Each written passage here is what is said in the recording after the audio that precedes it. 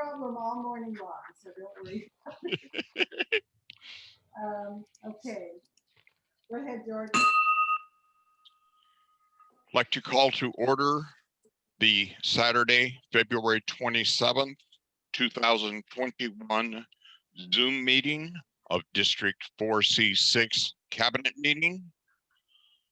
PDG Joe, would you please lead us in the flag salute? Good morning, Lions. Good morning. Our stars is flag But are our veterans and our friends. These unsettled times, let's pledge allegiance to our great American flag with new hope. Please follow me. I pledge allegiance to the flag of the United States of America and to the republic for which it stands, one nation, under God, indivisible, with liberty and justice for all. Thank you, PDG Joe. PRC Jerry, would you lead us in a song, please? Keeping with the theme We'll of do it the in a flag, second. I'd like us to sing You're a Grand Old Flag. Here we go. You're a Grand old flag, you're a high flying flag, and forever peace shall you wave. You're the emblem of the land I love. the home of the free and the brave. Every heart runs for the red, white, and blue, and forever So grand. for old acquaintance be forgot. Keep your brow on the grand old flag. Thank you. No, yeah, okay. So Oh, there it is. click that and I got open it. Zoom. And open Zoom. Yeah, andito na. PRC Lion George, would you please provide us with a invocation? I will. Applin. Lord, Having their we ask you right now. that you bless our gathering today. Grant that we seek not personal gain or pride, but rather the good of others. Teach us to react in patience, to serve rather to be served, and to build on firm foundations. We seek your guiding hand in all we do, and the power of your love to heal the blind and open ears that cannot hear. Keep our families safe and healthy during these times. Bless us now, we pray. Amen. Amen. Amen. Thank you.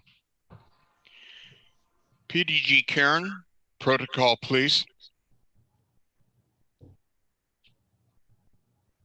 Well, I did not know I was going to be doing this, but I can see all of you.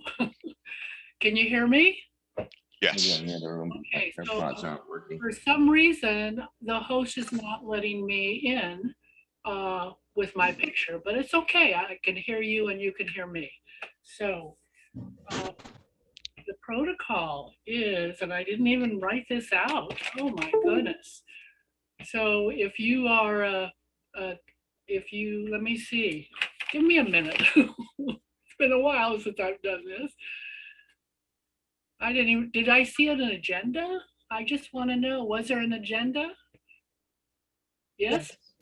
Yes, it was attached to the invitation. There was a link, the link. Okay, I didn't even see the agenda even. Okay. So, okay, first of all, we have the cabinet treasurer. Identify yourself, please. Bob DeYounger. Bob DeYounger. And we have the cabinet secretary, Susie DeYounger.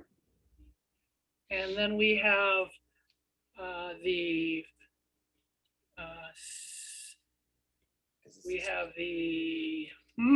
Immediate past. we have the first Vice District Governor, Alan King. President accounted for. Thank you.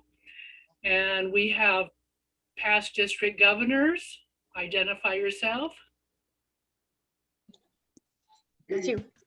Bob Froom. Marlene Duff, oh, Ferber. Marlene Duffin, Larry Hidalgo. Talma Batillo. Okay, thank you. And past cabinet secretaries. Judy Froome. Bob Froom. Chris Heine. Bob Ferber. Larry Hidalgo. George Jewett, Marlene Duffin,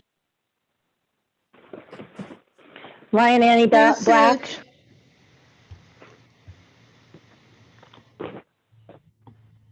Ryan Annie Black.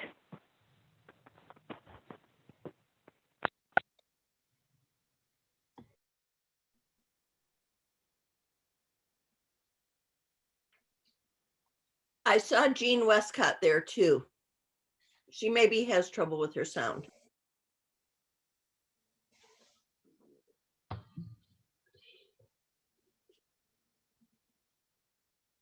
Okay. You there, Karen? Oh, I didn't. Karen went back to mute. Unmute yourself, Karen. Okay, how about all of our new Lions, identify yourself if you are new during the COVID period. Come on, I know you're out there. Good morning. I'm Skylar Kennedy, and I'm a new Lion. Yay. Welcome, Skylar. Thank you very much, gang. Glad to be here. And I'm Mara Sidam, and I'm also a new Lion in the same family with Skylar and Noel. welcome, you three. Anybody else? Any other new Lions? I just want to say these three Lions are off and running. They're joining everything. They're involved. It's great to have Lions that hit the road running as soon as they start. So welcome. There you are, Skylar. Good job. Noel's here too, but I think she has her mic off. Okay. That's great, guys. Scales of justice. There you go. Let's see. And how about all you Lions? Let's hear a big roar. Roar! Roar! And there. Oh, okay. I'm finally with you guys. Video worked. Morning. And that will be protocol established. Back to you, George. Thank you, PDG Karen. Cabinet Secretary Susie, call of clubs, please. Morning, everybody. When I call out a club's name, just somebody representing the club, call out the number present. Cabrillo host. Capitola Coast. Krista Brassfield, secretary. And Fred Flint, president. So that's 2. Thank Yes, you. ma'am. Carmel host. Carmel Mission Trail. 4. Thank you. Cupertino Deanza. Yeah, 5, please. Cupertino host. 2. Okay, we have 5.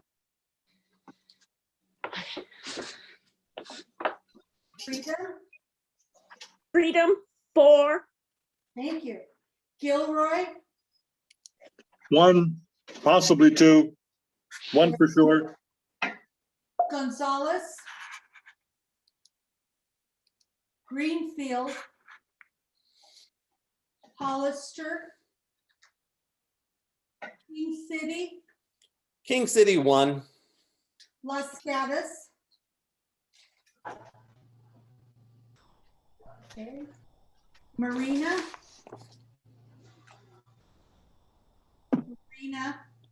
Okay. Milpitas Mustangs.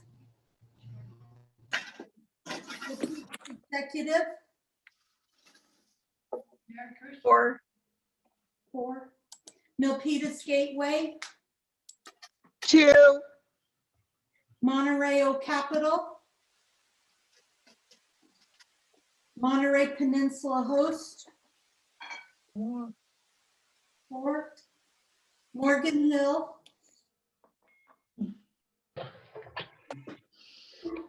Ferndale Host, Did I hear 2 for Morgan Hill?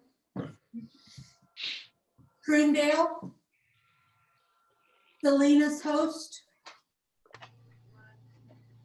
San Jose Almaden.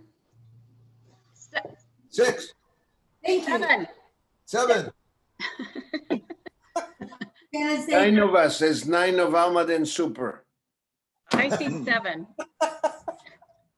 I'm gonna teach you some math, Judy. Oh, please do. anybody from Campbell? 3.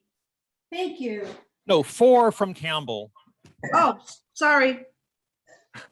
San Jose Friendship Golfers, San Jose Japantown,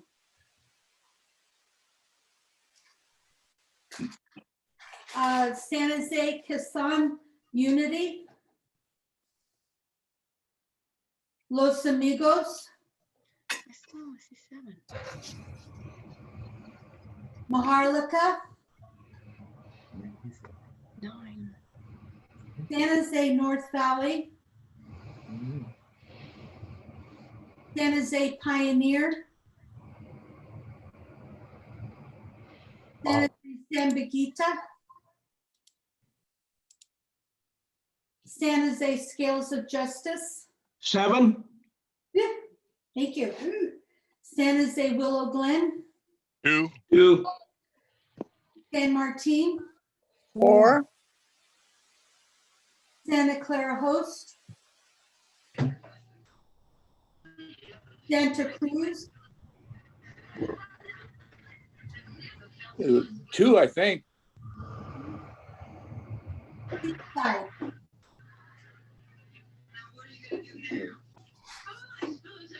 Valley Scholars, Soledad, Sunnyvale Everest, Sunnyvale Host.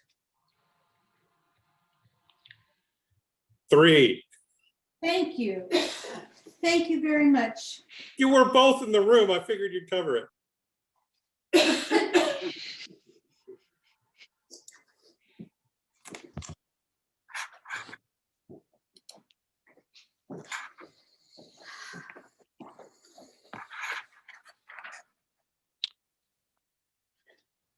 thank you, Cabinet Secretary Susie. District Governor Linda. You're welcome, please. All right.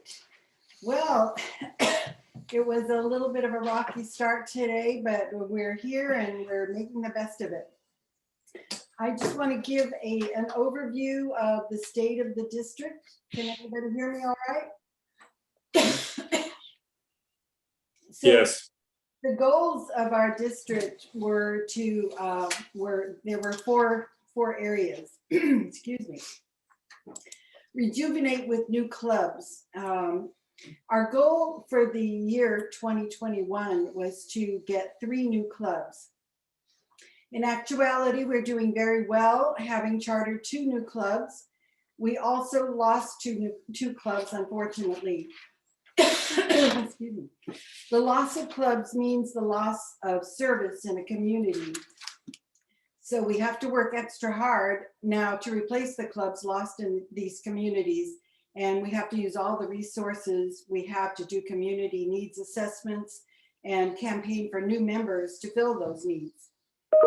We're working very hard to reach out and encourage members to start branch clubs, to partner with other service organizations like Rotary, to reach out to corporations and campaign for new members to fill those needs. One of our goals is to transition the Lioness clubs, which at the end of June will no longer be recognized by LCI, and turn them into a regular Lions Club through the Lioness Bridge program. And plans are in place to provide that information. We're working toward revitalizing our 100-year-old club to preserve its rich history. The next goal is to revitalize with new members. Our goal was and still is that all clubs will induct 2 new members each for the 2020-2021 Lions year. This is hard because of the pandemic, but some clubs are doing amazingly well, and our net number of dropped members so far is -24. Our goal for the year is to have no more than 150 dropped members. And to date, we have 118 total dropped members. When I said the -24, that's net, including, taking into consideration the new members. Our goal for new members total for the year is 130, and we are currently at 88 new members. Last year at this time, we had 89 new members. Considering the pandemic, we're doing remarkably well. We have many tools to help each and every club add members, branches, and even start a specialty club, such as our newest 2 clubs, the Friendship Golfers Club and Capitola Coast Lions Club. You'll hear more about specialty clubs later on. The third goal was to re-motivate members with new fellowships and exciting service. This has also been a challenge this year with folks not meeting, but our zone chairs have done a phenomenal job, and we have to give them kudos for combining forces and figuring out how to serve the community while staying safe, safely distanced, and taking precautions for safety. You will hear more from the zone chairs later in this meeting.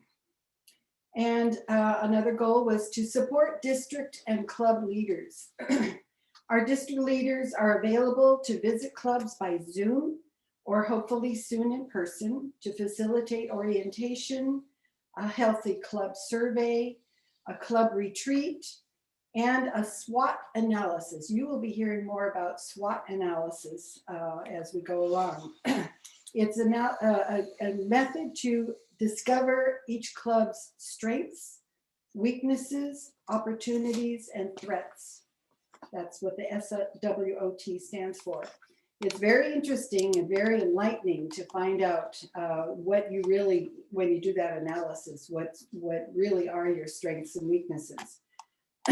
We have had monthly zone chair meetings, monthly global action team meetings, monthly North America membership initiative meetings, lots of meetings, but it has helped us to stay connected and share our ideas. We're reaching out to clubs to provide training on the importance of reporting service to LCI and encouraging all members to use the new tools available online. The goals of our district are to have a net gain of 35 members, net gain of 35 members, and no more than a loss of 150 for the year. Can we do it? With the help of our leaders and the willingness to seek new ways, yes, we can. Just ask, we'll be there. Another announcement I wanted to make is that we have a second Vice District Governor vacancy. Sadly and regretfully, our elected second Vice District Governor, Kevin Johnson, has resigned due to compelling personal reasons, and we wish him all the best. I know it was a hard decision for him to make, but we all understand that family and personal health comes first. And we will see him come back strong as a leader of our district in the near future. So because of this vacancy, according to the rules set by Lions Clubs International, I have called a meeting of those entitled to nominate a replacement. And these are according to the rules set by Lions Clubs International, which has precedence over any other district rules. These are the district governor, vice district governor, the immediate past district governor, and past district governors and international directors of our district. We will be meeting this afternoon for that purpose, and we will announce the new second vice district governor as soon as we can. If you have any questions or concerns, please contact me after this meeting and we'll do our best to answer your questions. So, club officers and district cabinet officers. As this year draws to a close, not yet, but getting close, I want to emphasize how important it is to step up into leadership positions in your club and in the district. The rewards are many, the challenges are many, but when you meet your fellow Lions outside your club and outside your district, there's where the rewards are. It's a great big new world to open your eyes to the potentials of being a Lion and for personal growth. Please consider all offers for leadership roles as it offers so much. And with that, that is the end of my State of the District report, and I will give it back to you, George. Thank you, DG Linda.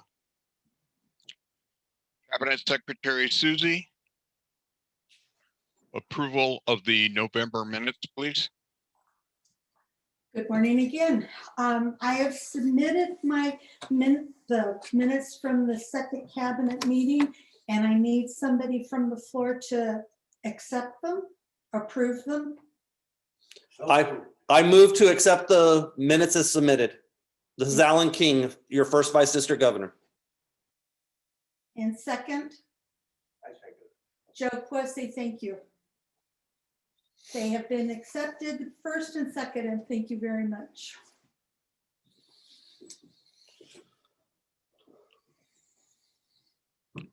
DG, do we need a vote on that? Yes, you need to call for a vote. I'll call for a vote. I think what we could do is just show your hands for approval. Oh, I can't see that.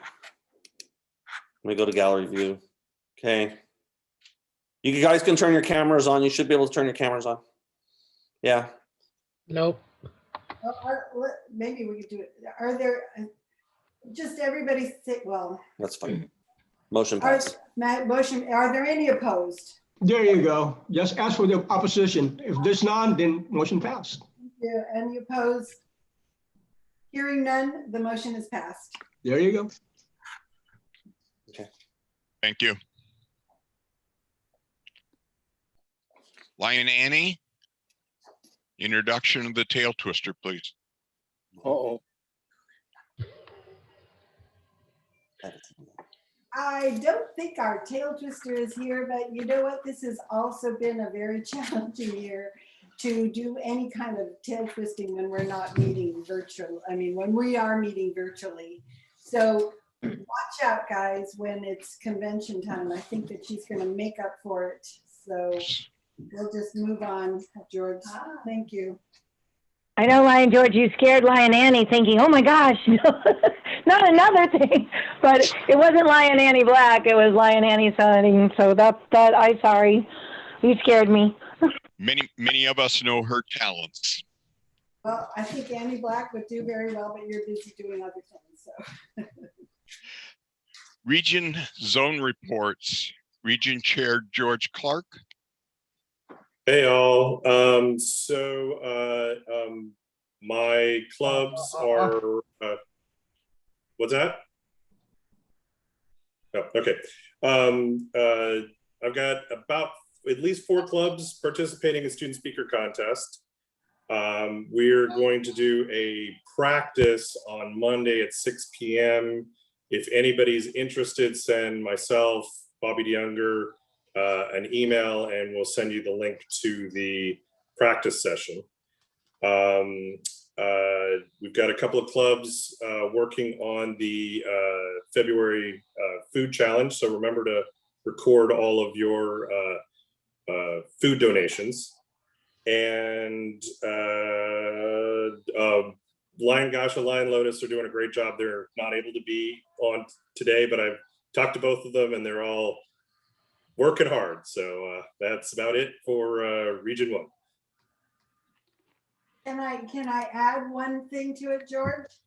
But of course, Madam Governor. So Lion Lotus Shin really stepped up to the plate as a zone chair, and she's a member of a golf club, and they go to tournaments, and she's started our brand new friendship golfers club by herself and with help from PDG Thelma Patillo. But it's an amazing thing that she really has stepped up, and I'm proud of both her and Gasha for all of the work that they've been doing contacting the clubs. So thank you very much. Thank you, George. Okay. Region Chair George, is there any report from Lotus or Zone Chair Gasha? No, both of them are occupied, and I did talk to both of them this morning. They've both got other projects going on right now. So okay, thank you. Thank you. I'm going to report for Region 2, Zone 1.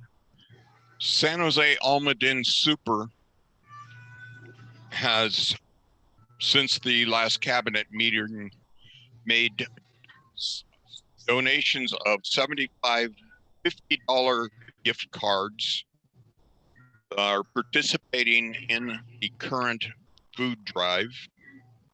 They're participating in the Bay Area Furniture Bank each month, and they've added 5 club members as transfers from the San Jose Host East Valley Club.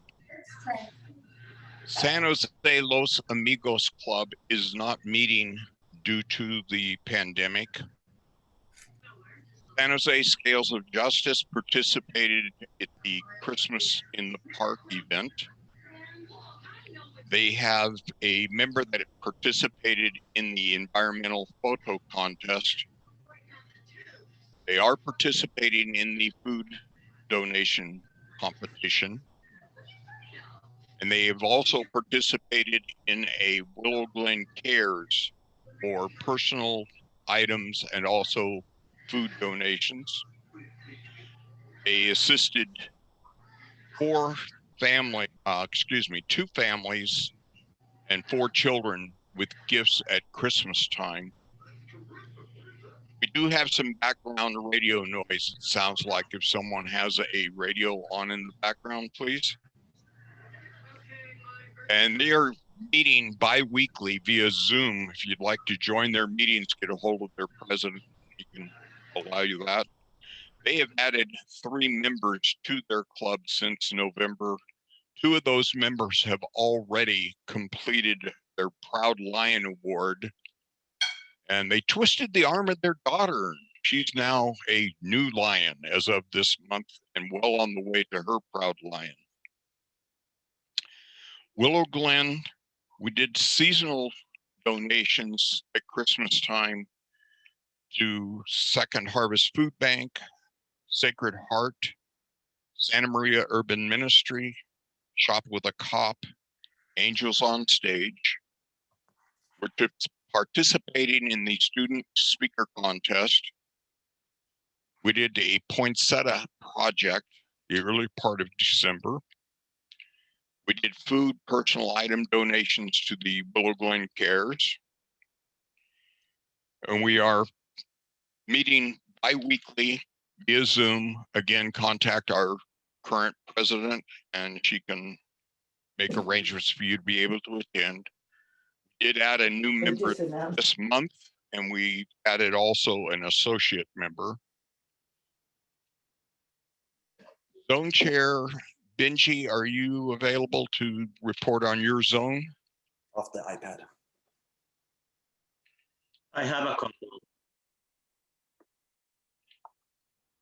George, Go ahead. I have for Milpitas, well, for the most part, I guess individual club will have to report their own service activities later on. But in the meantime, for Milpitas Executive Lions Club, we do have a 3 contestant for the student speaker contest, and that's actually happening by March 15. And Secretary Marie Chris will confirm that later on her report. For Maharlika, I've heard from President Josie that they're still sending packages to the Philippines to the homeless, and that's an ongoing activities for the club. And currently, the Milpitas Executive Lions Club also is collecting a lot of non-perishable items to be donated to Milpitas Food Bank coming this Sunday, and all the donations are sending over to the Hilton in Milpitas as well. And one of our community partners, the Filipino American Chamber of Commerce, is donating this $500 to be donated also to the food bank. So that's one of our partners in the community. And I think that's about it for me. As like I mentioned earlier, individual clubs will be reporting their own accomplishment. I don't want to steal their, and then later on. So I think that's about it for me for now. Okay, thank you very much. Region 3 Chair Lion Annie, your report, please.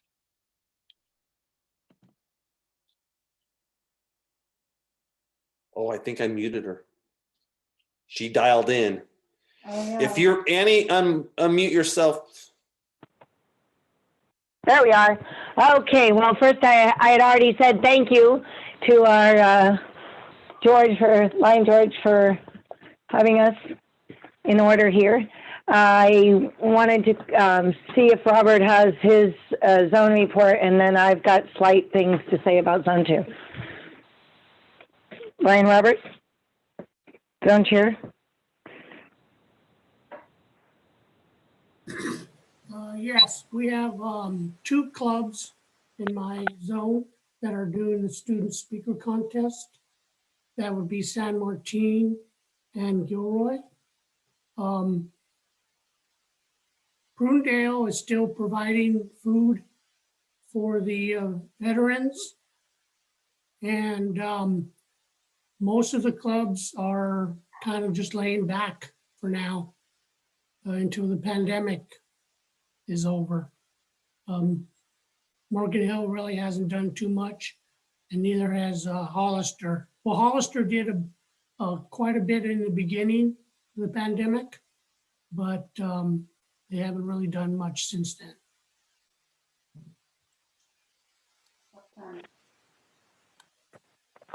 Thank you, Ryan Robert. So, like Tasha to Governor Karen, I have to apologize. I didn't catch this, that I've been placed on Zone 2's zone chair.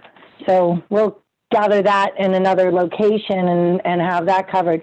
What I do know is that Grace she's a first responder inside a hospital and has unable to continue as zone, and that is completely understandable, and everybody's hearts and prayers go out to her hard job this year. We have Salinas Host and King City participating in the student speaker contest, which is great news. It's going to be a large challenge for most people. We do plan on doing it, well, I can't speak for everyone. I believe King City is doing it over Zoom or not in person. Salinas, I'm not exactly sure how they're addressing it. I do know Region, we will be holding it in person. I do hope to have a speaker system with a PA. I'm also looking into a transponder so that people could just turn on their radios so we could have an audience and they all stay in their cars. whatever we have to do, I really think that we need to step it up for these kids when it comes to thinking out of the box and really getting them an audience to present to, because that's where they're headed, and we need to give them their support. I apologize for everything else that I don't have to say in the region, but we'll get there. Thank you. Region 4 Chair, Lyon Richard. He's not here today. He had some prior business, and this is Chicky Lamb, Zone 1 Chair. And as a region, we're doing really good. We're working together. We will be having maybe 4 participants between the 2 regions in the student speaker. And Freedom is planning to have their club student speaker next Saturday. We're going to do it via Zoom. And Cabrillo is today, they're out cleaning up Freedom Cemetery every week, and they've been out pulling weeds all over Santa Cruz, Watsonville. The Aptos High Leos, they're almost at their goal on their campaign for clean water for the Bishwa-Siska Secondary School. Their goal is 2,500. They've almost at 1,900. They're working very hard on that. And Freedom and Santa Cruz have been collecting for the Cal Lions food drive. And Freedom alone has just turned in 1,300 pounds, and we're still going. And Santa Cruz is going to match what they collect with money. And that's about it for right now. Thank you. Is Zone 2 Chair Candace available? Yes. I want to say, first of all, that the clubs in my zone, there are 5 of them, and I'm proud that all of them are meeting regularly, either via Zoom or in person or both in some cases. I think the Zoom technology has a real way to help our clubs moving into the future include people that otherwise couldn't meet. More importantly, all of my clubs are serving, and serving in both little and big ways. You all know how they stepped up to help some of the fire victims. They've done the same in terms of the hunger challenge. Carmel Host was one of the top go-getters for that barbecue we did in late summer. And boy, in terms of their food collection, they're well over 1,200 pounds on their own.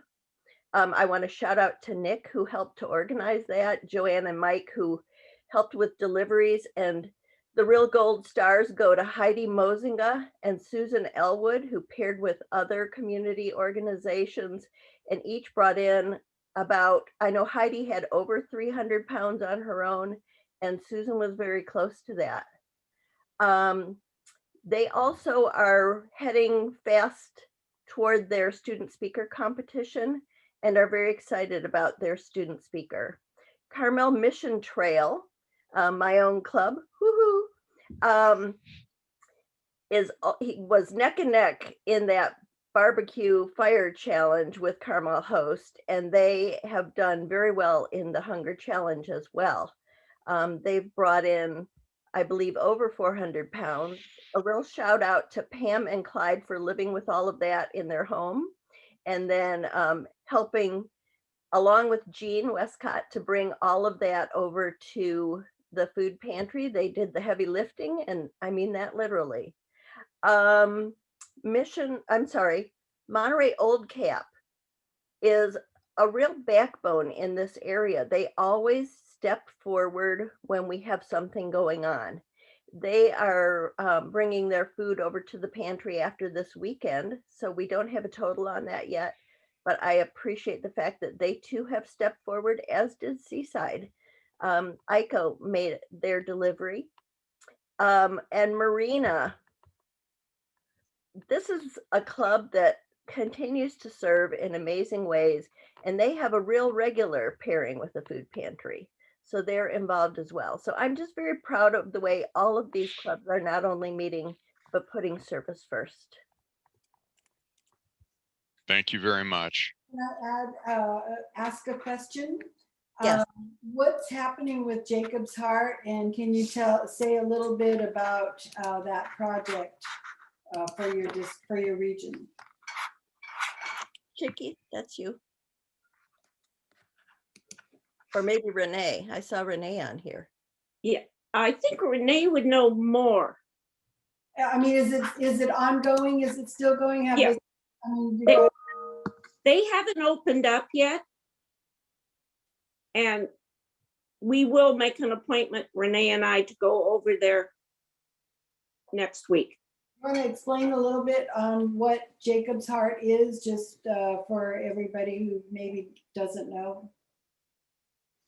It's a center to help the parents and the kids that have pediatric cancer. They have a food pantry there. They have counseling. They have fun things for them to do. It's just, with the help of Robert Cabanera and Renee and many more, the Aztecas, the inside decorating is just beautiful. We have to have a field trip over there, maybe a Lions Day. And they've talked about signing up to become their own club. I know my son and I went one day to help out with, it's a great service project. They need so much help renovating that great big building that was donated to them. And I named one of the rooms the Pugliese room because repainted it. So I just wanted to bring that up. It's a great project. Is that the one with the big lion's head in it? I don't know, maybe. All right. Region 5 Chair, PDG Thelma.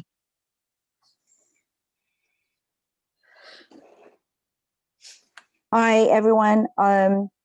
So I'm Thelma, and I'm Region Chair for Region 5. Let me call on the Zone Chair, Stan Weitzman, to make our report. Thank you.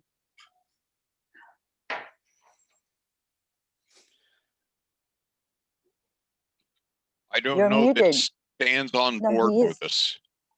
He is. He's muted probably. Hang on. But Okay, there we go. Sorry about There we that.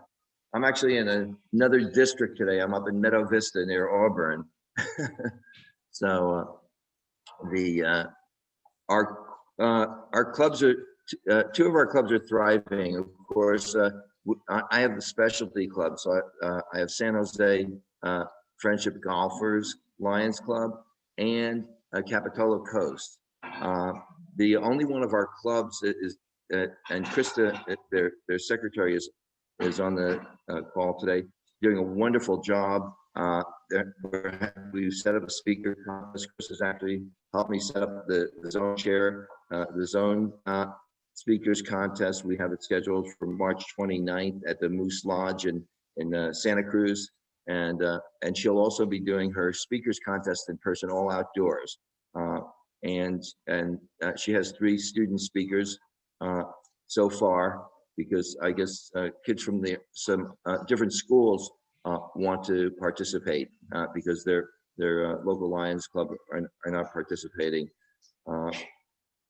The Lotus, I've been speaking with Lotus Shin about the San Jose Friendship Golfers. They play golf together once a month, and they have their meetings, and they're a very motivated group of people. They've been doing things to help the homeless, and I'm sure we'll be expecting great things from them. And we have the rest of our clubs have been kind of quiet during the pandemic. That's about all I have. But great job by Krista and Lotus. Can I, if you're done, can I add something?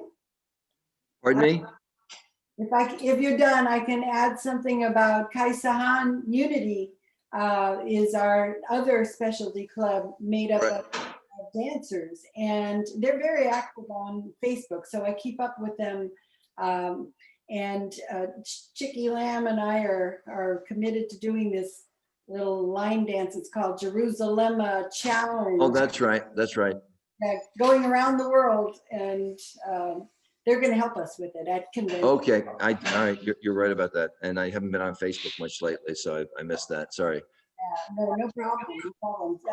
I really love the fact that they promote Lions, and they're out there and putting all of their message about Lions on Facebook. Okay.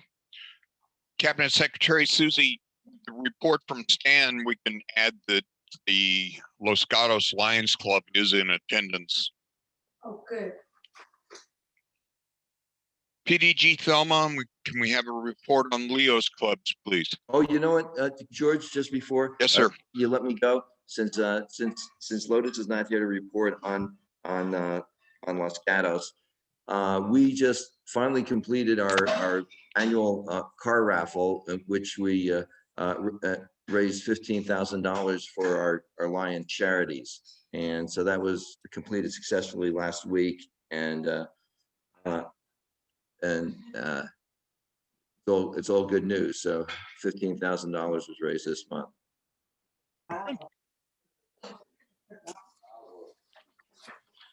PDG Thelma? Leo's Yes. clubs, please. Yes. VDG Allen, are you able to show the slide for the Leo officers? But in the meantime, congratulations, everybody. We have 18 active Leo clubs in our district. And I've been challenging the other districts in California. How many Leo clubs did they have? And of course, nobody would beat 18. But our newest Leo club finally chartered is Valley Christian, sponsored by the Almaden Super. And so in the screen right now are our district Leo officers, and headed by Anupye from Saratoga High School. And Jalen Dang is the vice president. We have she's the secretary, and treasurer is Richard Cow. There's 3 vice presidents, and you would see those. And what I'd like to ask our Leo advisors, sponsoring clubs, if I may, maybe I'll take 18 seconds if I mention it. Cabrillo Host is the sponsor for Aptos High. Cupertino de Anza, they have 3 clubs actually. Cupertino Community, Lynbrook High School, and Monta Vista High School. Cupertino hosts have 2 Leo clubs, Cupertino High School and Del Mar High School. San Jose hosts have James Lick High School. San Jose Almaden they have 2 now, which is Lee High School and Valley Christian. Los Gatos have 2 listed in LCI's records, Los Gatos High School and Los Gatos Mountain. Milpitas Calaveras Hills Mustangs have 1 Leo club. It's called Milpitas Calaveras Hills High School. It's kind of, Milpitas High School has actually 2 listed in LCI. It's Milpitas High School and Calaveras Hills, Piedmont Hills High School. Sorry about that. Sunnyvale hosts has Mountain View High School. Saratoga has 2, Redwood Middle School and Saratoga High School. And last but not the least, San Jose Willow Glen has Silver Creek High School. The reason why I wanted to name these sponsoring clubs First of all, thank you so much for working with our Leos. Our Leos are our future lions. Our Leos are the leaders for tomorrow. So please always work with them, invite them in your meetings. When they have reports, please share it with the district. The district actually does not get their service reports. Please encourage them to do my LCI, my lion. All of those are available to them. As we are lions, we have to work with the Leos all the time. Thank you so much. Thank you. Treasurer's report from Ask Cabinet Treasurer Jeff. Excuse me, from Cabinet Treasurer Bob. Let's go out of order. DG Bob. We're gonna go out of order and call on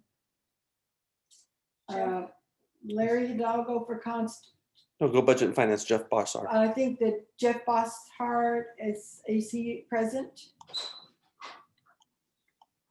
One moment, I think we're getting our cabinet treasurer ready. He just popped in from a service project where they picked up, I don't know how many thousand pounds of, no. 1,750. 1,750 pounds of food. Woohoo, that's getting our goal. There you go. Good morning. I'm sorry that I'm a little tardy this morning. As our governor has stated, we, Sunnyvale Alliance had donated 50 boxes of food to two local schools, Castlemont and Monroe, and each box weighed 35 pounds. And loading 35 pounds is a lot, I tell you. Anyway, so you're interested in, I'm sure, of how much money we have in our treasury.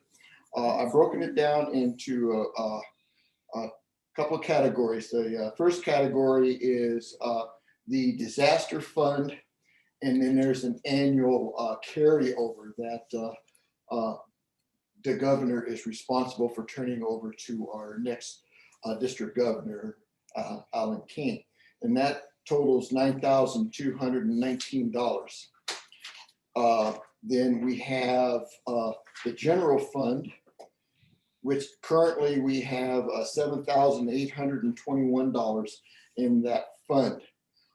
Just to give you a little synopsis, since the 1st of July to January 21st, we have received a little over $11,000, and we have spent about $3,200.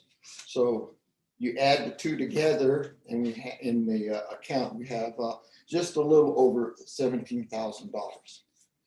A general note, just for FYI for everyone, in the convention fund, we have $9,985. And in our IRA/CD fund, we have $29,159. That is my report, Governor. So you do have some money to spend, but not a lot. Thank you.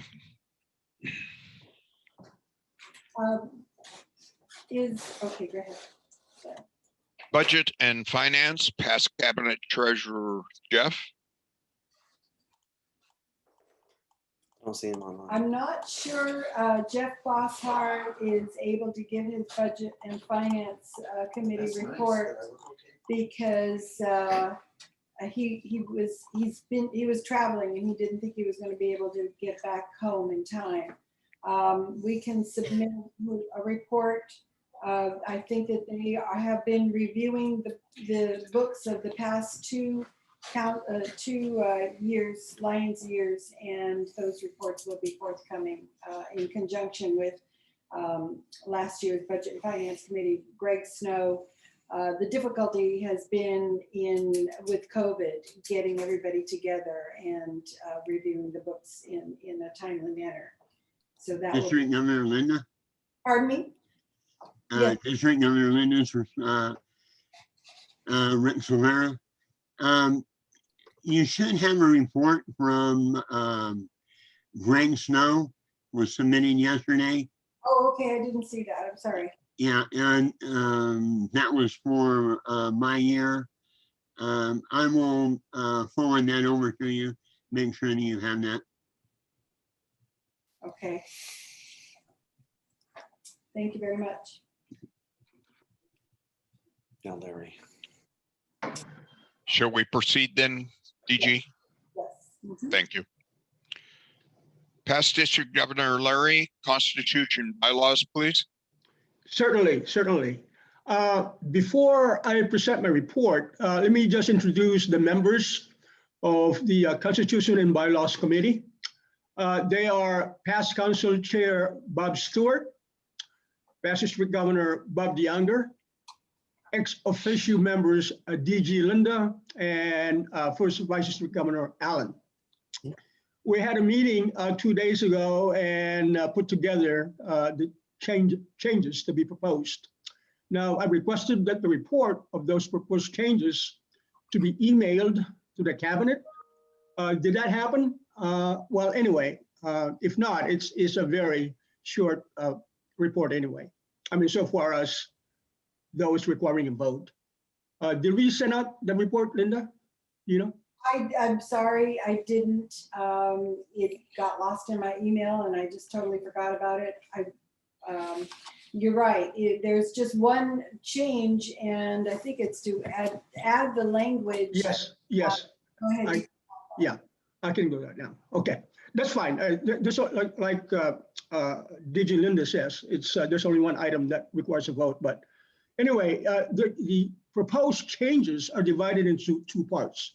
First, items requiring a vote, and the second is items that do not require a vote.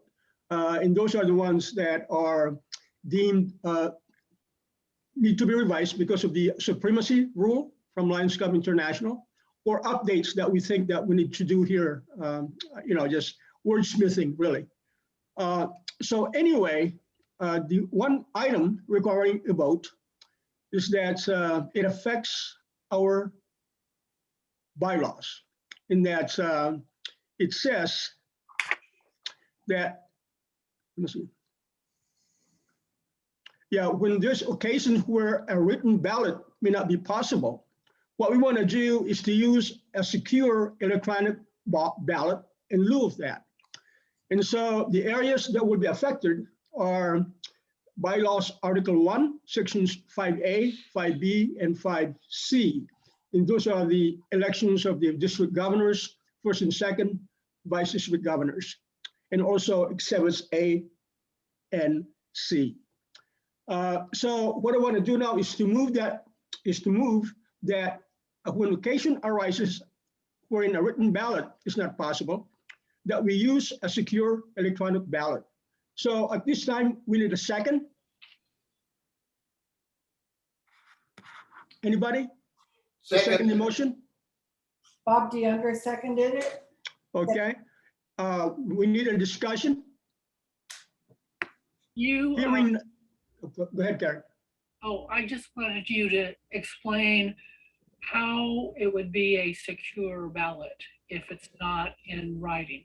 Okay, a secure electronic ballot. I'll give that to DG Linda. Well, I have used, as part of the MD4 Council of Governors, we used a system called Election Buddy. And the encryption is through, I think, the Department of Defense or something. It's very, very secure. And it worked out very well. What it is an email goes out to all participants with an invitation to click on a link, a secure link, and gets them to the ballot, and they make their vote. And the results go back to the person that set it up. You can also set it up so that it goes out to all participants. It's just a matter of how you want to set it up. And then the results are pretty much immediate. You know, it's a great way to do an election. It costs a little money. I think it's free for up to 20 votes. I would suggest even clubs, if you wanted to look into that kind of election process. It's free for up to 20 participants. And beyond that, it's very nominal cost. I think it's $20 a month or something like that. But as I said, it's very secure and it's reliable, and you can set it up to be whatever your requirements are, whether you want to make it a majority vote or a plurality vote. Plurality, we found the difference is majority is 50% plus one. A plurality is the number of people that participate. So whoever gets the most votes is the winner. So doesn't have to be the majority. Pardon? It does not have to be the majority. Majority, right. So there's intricacies, but if you wanted to consider doing that for your club, let me know and we can explain that further. But as far as district voting, I think we've been lucky that we haven't had to do any voting, except we will right now. And so this change in the bylaws is necessary to include that, so that if there comes a time when we can't do a written ballot, then we have to do some other means, and electronic is the way to go. Okay. All right. Any other discussion? Hearing none, would you call the question? Okay. Linda? You got first finding up there. I'm sorry? Yeah, first finding is not a question. Okay. Go ahead. Yeah, basically, sorry, I had to mess with the mute button there. I was just going to ask DG Linda to please send at least links and additional information on this voting mechanism to the club presidents and secretaries. Good, I'll do that. Yeah, certainly. Okay. All right. I'm gonna post it. I'm gonna post it in the chat room right now. Stan. There's also Okay, call for the question. polls that are built into the platform. So Oh, I can't screen share it, so somebody else will have to do it. My screen sharing. It appears there might be other questions. Oh, no, I'm sorry. Alan King, Vice District Governor Alan King mentioned that there is also a mechanism where on a Zoom meeting like this, you can set up a poll, and I think a secure poll, and you can set up the question, who do you vote for? Put the names down, or the amendment, or whatever you want to vote on, and you can make it anonymous so that people do not know who is voting. Everybody will get that. Who's in the Zoom? It's a window that pops up, and you put your choices in, and once all the voting is done, it can be done. You can set a time limit on it. So say for the next 3 minutes, you're going to have this pop-up screen, or 1 minute, and you make your choices, and then the poll is closed, and the information goes to whoever set up the poll, or you can also set it up so that everybody gets the information at the same time. So that's another method. Okay, Linda, call for the question. Approve or not approve? Call for the question, please. Okay, if there's no further discussions, we'll call for the vote. And the motion is, Larry, would you state it? There was a question from PDG Karen, I believe. Okay, Karen, you have a question? It's in chat. Okay, so I posted it on chat, but I attended the MD4, and I thought that issue was going to be put on the ballot for voting. Did that happen, DG Linda? You're talking about the revision that I requested for the MD4 Constitution and Bylaws? Correct. Yeah, that would not affect our district, I don't believe. That's a separate issue. That is, Constitution Bylaws is discussing that there's some wording that they want to investigate. Okay, Linda, just for clarification, if in fact that is voted upon at the multiple district level, because of the supremacy rule, that will be automatically be in effect in our area.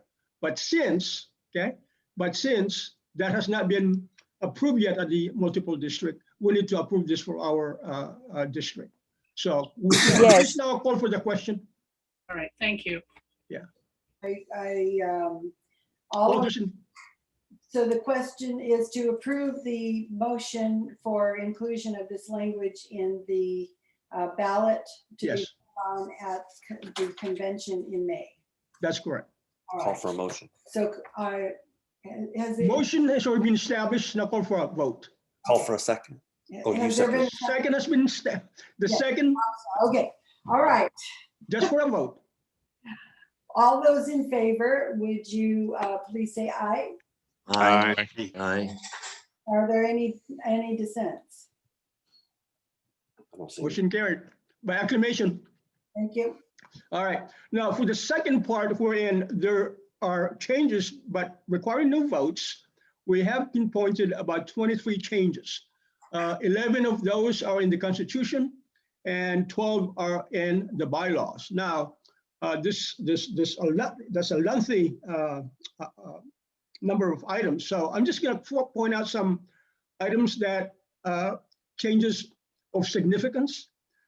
For example, although they are members of the district cabinet, the global membership team, the district coordinators, global membership, global leadership, global service, and the LCIF district coordinator is now deemed non-voting members of the district cabinet.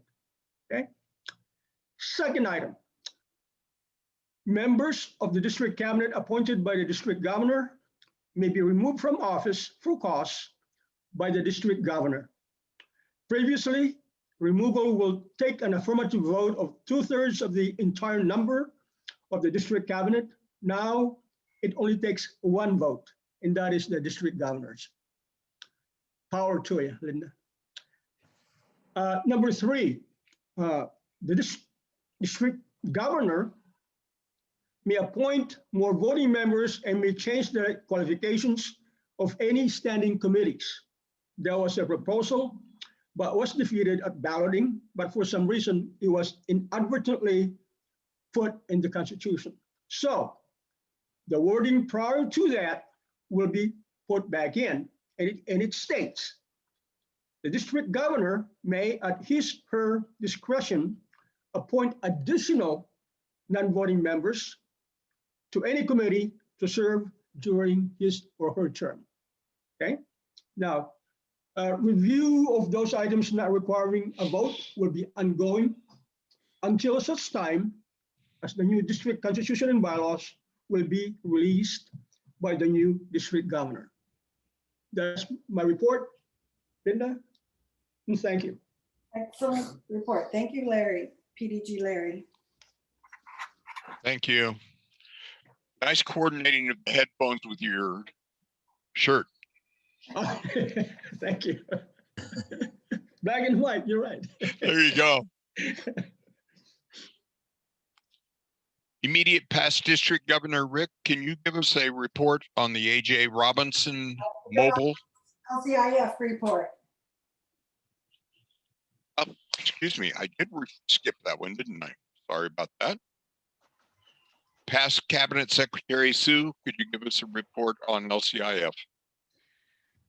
Thank you, George. Good morning, everybody. LCIF has been working hard as ever these first couple of months of 2021. With the devastating storms in Texas paralyzing entire towns, LCIF immediately sent $40,000 in emergency grants to help restore services. More help continues to be needed, with many LCIF relief efforts focusing on the pandemic. The measles epidemic continues to ravage lives in many parts of the world. One of the hardest hit countries is Brazil. LCIF has sent $56,000 to continue to administer shots to children and will continue to focus on measles worldwide. These are just two of the areas of need that LCIF is concentrating on. During LCIF week in January, we sent out an email to all members in the district looking for support. I was hoping to get all members to donate at least $20, but sadly only 10 members of our 1,000-member district responded. Thank you so much to those 10 for clicking on the donate button. It has been so difficult in 2020 and even now into early 2021. Many of our clubs are still not meeting regularly or doing service projects. Of course, fundraising is practically unheard of. My job as LCIF coordinator has been a daunting one, with only 16 of our 48 clubs making a donation of any size. Our yearly goal is set at $25,000 in donations, and we just have over $17,000 as of this date. We have been able to go over our goal for the last 3 years by about 30%, and we really need to get to work to continue this tradition. My personal goal this year is to become a 100% district where every club in the district makes at least a $20 donation. Our district has never had this designation, and I know it would make our district governor proud. I want to congratulate Cupertino Host for being our first and only 100-100 club, donating $100 each for 100% of their membership. Some of you may have received a personal note from me thanking you for your past support and asking for just a little bit more. While the clubs may be facing financial difficulties during these trying times, I'm hoping that some of you can make a personal donation on behalf of your club. LCIF really does need your help. And remember, all donations count towards a Melvin Jones Fellow or a progressive Melvin Jones. As always, if you have any questions, you can email me. Thank you, George. I have a question. Are there any plans for a Melvin Jones luncheon at any time this year? As soon as we know when we can meet in person, we will work on that. Very good. That's always a heartwarming luncheon to go to, and to be awarded a Melvin Jones Fellow plaque is very special. I already have a guest speaker lined up. We just need to figure out the statistics. Well, the word in the newspaper was that Santa Clara County next week will be going into the red zone, which means the indoor dining will be allowed. So fingers crossed. Right. There we go. Mary Chris has her hand up. Yeah, our club is Lion Sioux. Our club is pledging $2,000 for the LCIF. That's wonderful. Thank you so much. That's $50 for each of our members. Okay, make sure that when you do that, that you list each individual member with their membership number and the $50. If you just make a blanket $2,000 donation, it doesn't count towards being 100% participation. It has to individually go towards each member's name and membership number. Thank you so much. Can I just attach our list?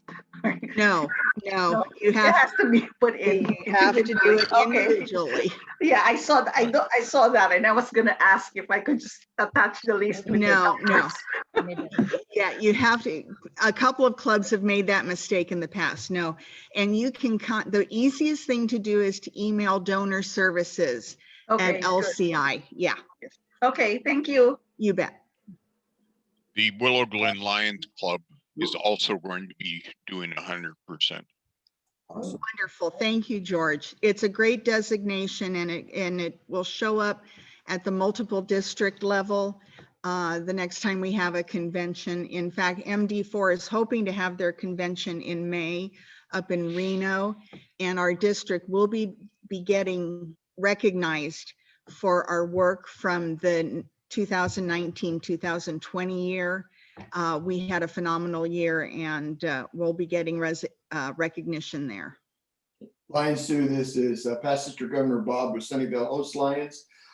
we are turning in and requesting to Melvin Jones this year within the next 30 days. Okay, Bobby, we didn't hear you. Oh, I'm sorry.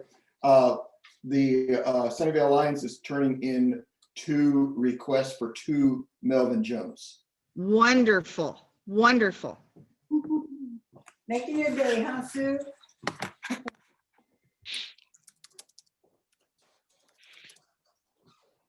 Does that conclude your report, Sue? It does. Oh, Thank and I you. have Lion Sue. This is Yes. Stan. Hi, Stan. It's got us, and I just sent in a check, and I didn't realize that we could have allocated it like that, but for $1,000 to LCIF. Thank you so much, Lion Stan. Lion Sue, Yes, Bob. can you please comment on the new LCIF grant that apparently has been approved? $100,000 grant. I would love to do that, but I'm not aware of it just yet. Oh, okay. I think it's a Sunnyvale. Yes. That's post. Oh, it's for Sunnyvale? Yes. I haven't been notified. I think Lion George, Region Chair George Clark would know about that, Bob. Also, yeah, I know about that. And also. Bob DeYoung, PDG Bob. We'll report it, tell her we'll report the grant to her. Thank you. Sorry, Sue. There's George. There's George. George Clark. You want to explain what the grant is for, George? Yeah, sure. So the Sunnyvale Community Services is our local support organization. They do education, food, financial help, veteran. They pretty much, they've got their finger just about every pie there is for supporting the community, and we support them. They are building out a new building facility. And as part of that, we got a matching grant from LCIF to supply the bits and pieces, a refrigerated truck for picking up perishables from either Second Harvest or Costco, a electric forklift because they want to use it inside the building because they'll have 3-tier racks for pallets, and various other bits and pieces, including, I do believe it made it onto it, logoing, including the Lions logo for the donation on pretty much everything we donated or helping with costs on. So yeah, that's wonderful. That's great. $100,000 grant. That's amazing. Thank you. If I could add one more comment, LCIF grants perhaps 6 to 10 grant requests of this size in North America on an annual basis. Our district has been the recipient twice now in the last few years of a approximate $100,000 matching grant. This is a big deal. Very, very positive for District 4C6. It's wonderful. Our recognition has been really great. And the other thing I should say is MD4, our multiple district, is the lead district in Area 1, and our own district, 4C6, has always been in the top 3 of the 15 districts in California. So we really want to keep that up and keep the tradition going, I should say, and be recognized for that. So please just click the donate button. Great report. Thank you, Bob, for bringing that up. Thank you. And Sue, Yes.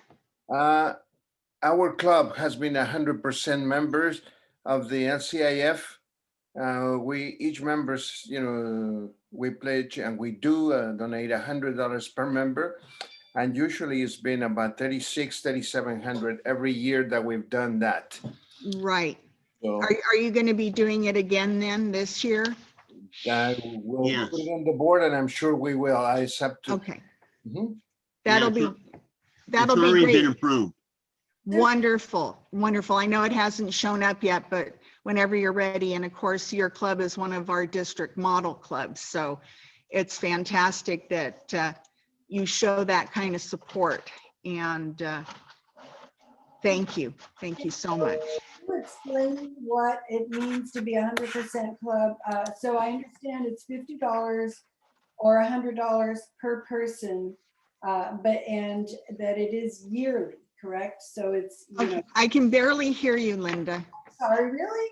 Do I have to yell? I have to get my my school teacher voice on. I was asking if you could explain the 100% club, the concept, that it's what, $50 per member, per member of the club, and it's Right. a yearly obligation, not obligation, but a yearly thing that you do. Right, right. It's every Lions year. If you donate $50 per member of your club, you will receive 100% participation recognition. If you donate $100 per member, that's when you can be the 100-100 club like Cupertino host. So just the most important thing, again, to remember is if you do this donation, don't send it in one lump sum as a donation, assuming that it will be designated towards 100% participation. You have to list each member individually with their membership number and the $50 per member designation. Otherwise, you won't be recognized as such. It also includes your associate members of your club. Absolutely, absolutely. So that donation to LCIF will go towards Melvin Jones awards that you can give to members in your club. Is that right? Oh, yes. Yeah. Any donation made to LCIF can go towards Melvin Jones. But if you list them as individual $50 donations, it goes towards a Melvin Jones for that particular member, the $50. It doesn't go towards a cumulative amount that can be awarded as a Melvin Jones. That only happens if you make a lump sum donation, which we'll take too. But a member can donate their $50 towards the club to go to a club, Melvin Jones, correct? You mean relinquish it from their name towards? Right.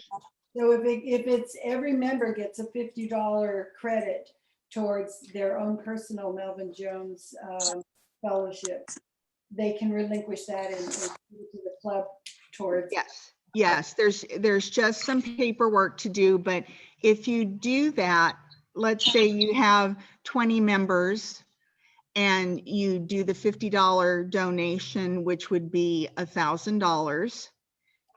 If each member, if the paperwork is filled out, the $1,000 total can be used for one Melvin Jones. But it's just a paper trail that has to be taken care of. One more question. So yes. How are we getting to be 100% district? I really would like, so if you said it's every club donates at least $20 only? Yes, that's all that's needed. If every club in the district donates at least $20, we can be designated a 100% district. It's never happened before. And how easy is it to do it, Sue? We just go to online and just donate $20, right? Just go to LCI homepage and click on LCIF and donate now. Yeah. And the interesting thing, the email we sent out in January asking for these $20 donations, we have almost 1,050 in membership, if I recall.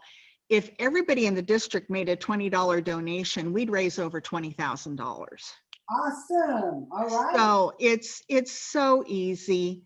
And I know these are hard times, and that's why $20 you usually can squeeze out somewhere.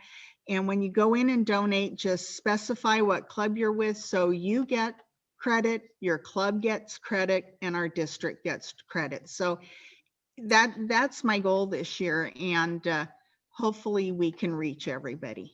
I think Question. How Yes, many- Larry. Yes, how many clubs does not have a $20 donation? Pardon me? How many clubs does not have a $20 donation to LCIF? Do you There know? are only 16 clubs out of our 48 clubs in the district have made a minimum of $20. So And a some- remainder of about 30? There's, about 32 clubs that have not done anything. Could we ask if we could make a donations for that club at this time? We'll donate some money.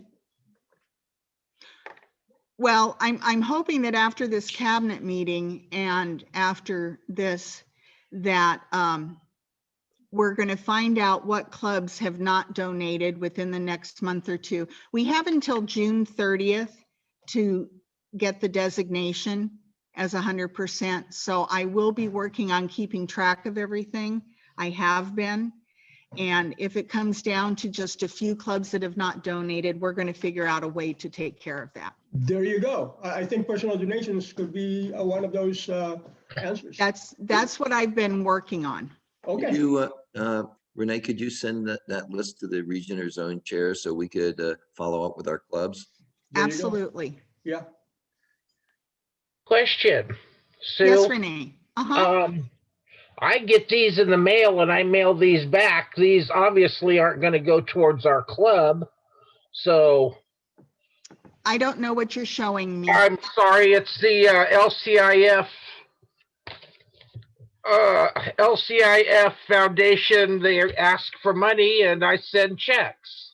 Okay, it doesn't ask for a club designation? No, this was addressed to me personally. Okay, if it doesn't have any mention of your club, it would be better to go online, or if you send it in, make sure you just write down, please credit my club, give your club's number. There's a number assigned to your club that you can find out, and your membership number, Yes. because I don't know if you're getting credit towards a Melvin Jones. If you're just sending checks in, that's fabulous, and they're, well received and appreciated, but I didn't know that it could be done as a club. So yeah, nobody's getting credit. Yeah. They don't know. Thank you, Renee. If you've been sending checks in, that's fabulous. All right. Anybody else? All right. Thank you, Linda. Thank you. And we'll fully expect to see everybody donating at least $20 per club, so we could be 100% district and you could have your goal met. There we go. All right. Okay. Okay. Immediate past district governor Rick, can you give us a report on the AJ Robinson mobile health screening, please? Sure. As everyone knows, with the pandemic, AJ Robinson hasn't been able to do any screens in the schools or in any high traffic areas. We had a meeting on Monday. We feel that it probably won't be until August that there's some events that we can actually attend where people can congregate in the numbers that we normally do the events in, such as flea markets and health fairs and those type of things. So we're continuing with the maintenance on the vehicle, keeping it up, the trailer and the truck, and getting it ready so when we do open up, and if any clubs are able to host an event and want to host an event, send that request in either through the website or through myself or Richard Conrad, and we'll get you on the schedule. The other thing is, we mentioned before on the LCIF grant.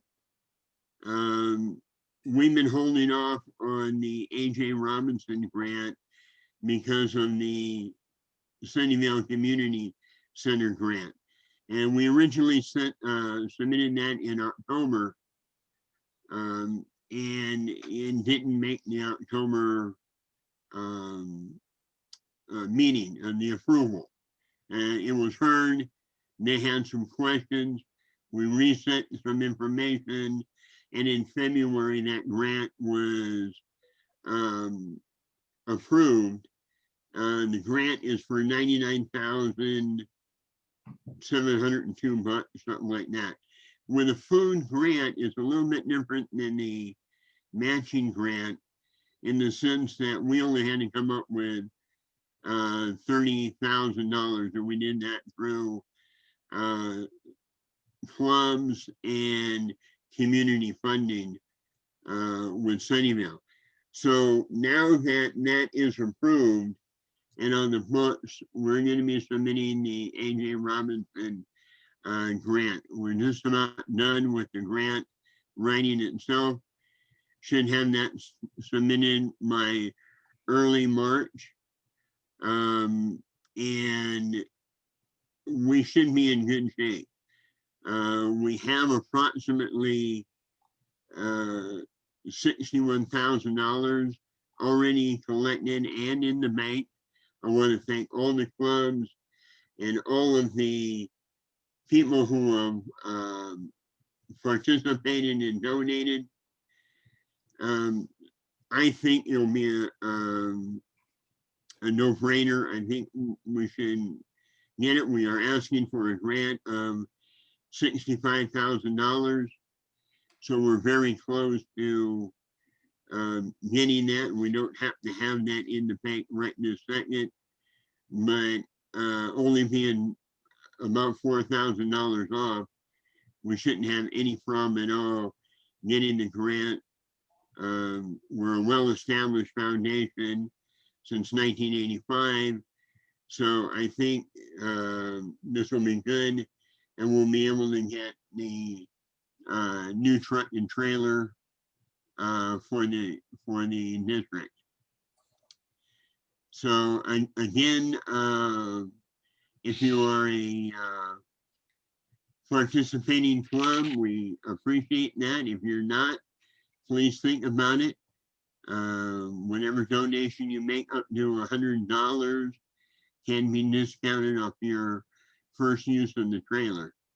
So that is the conclusion of my report. Thank you. Appreciate that. DG Linda, are we ready for a break? Yes, I have one question to Rick, PDG to Rick.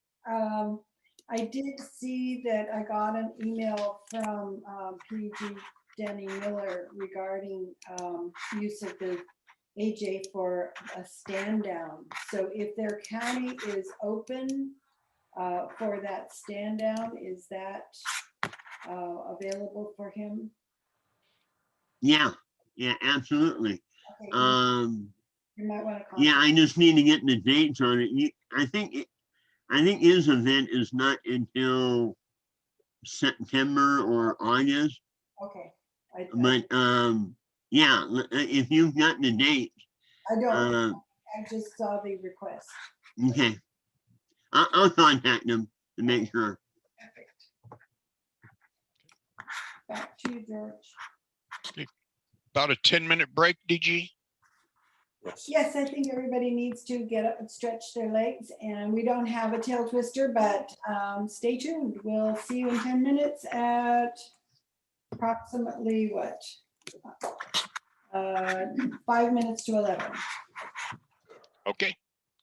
Thank you, everyone. See you then.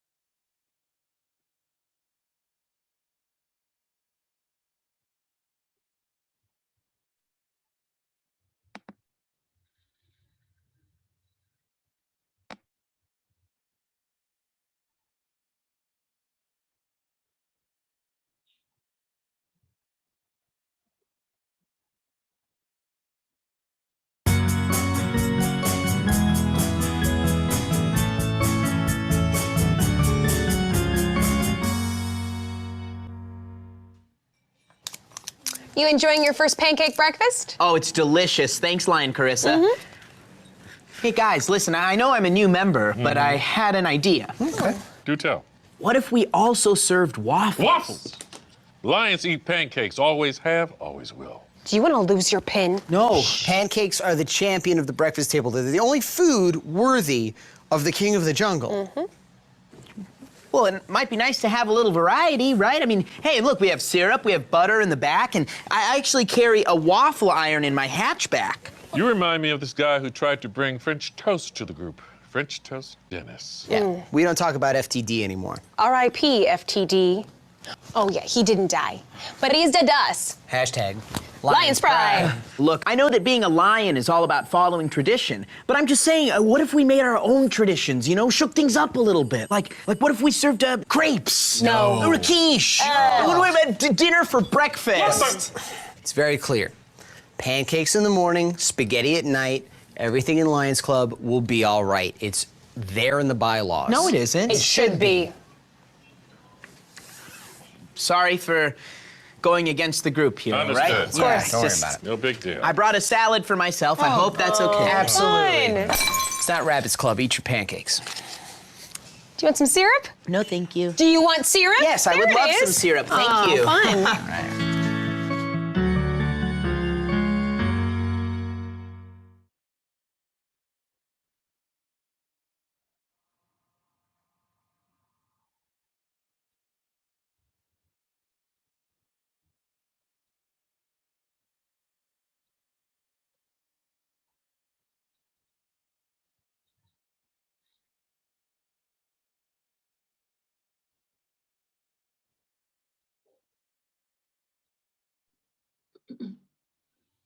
That wasn't our district, was it?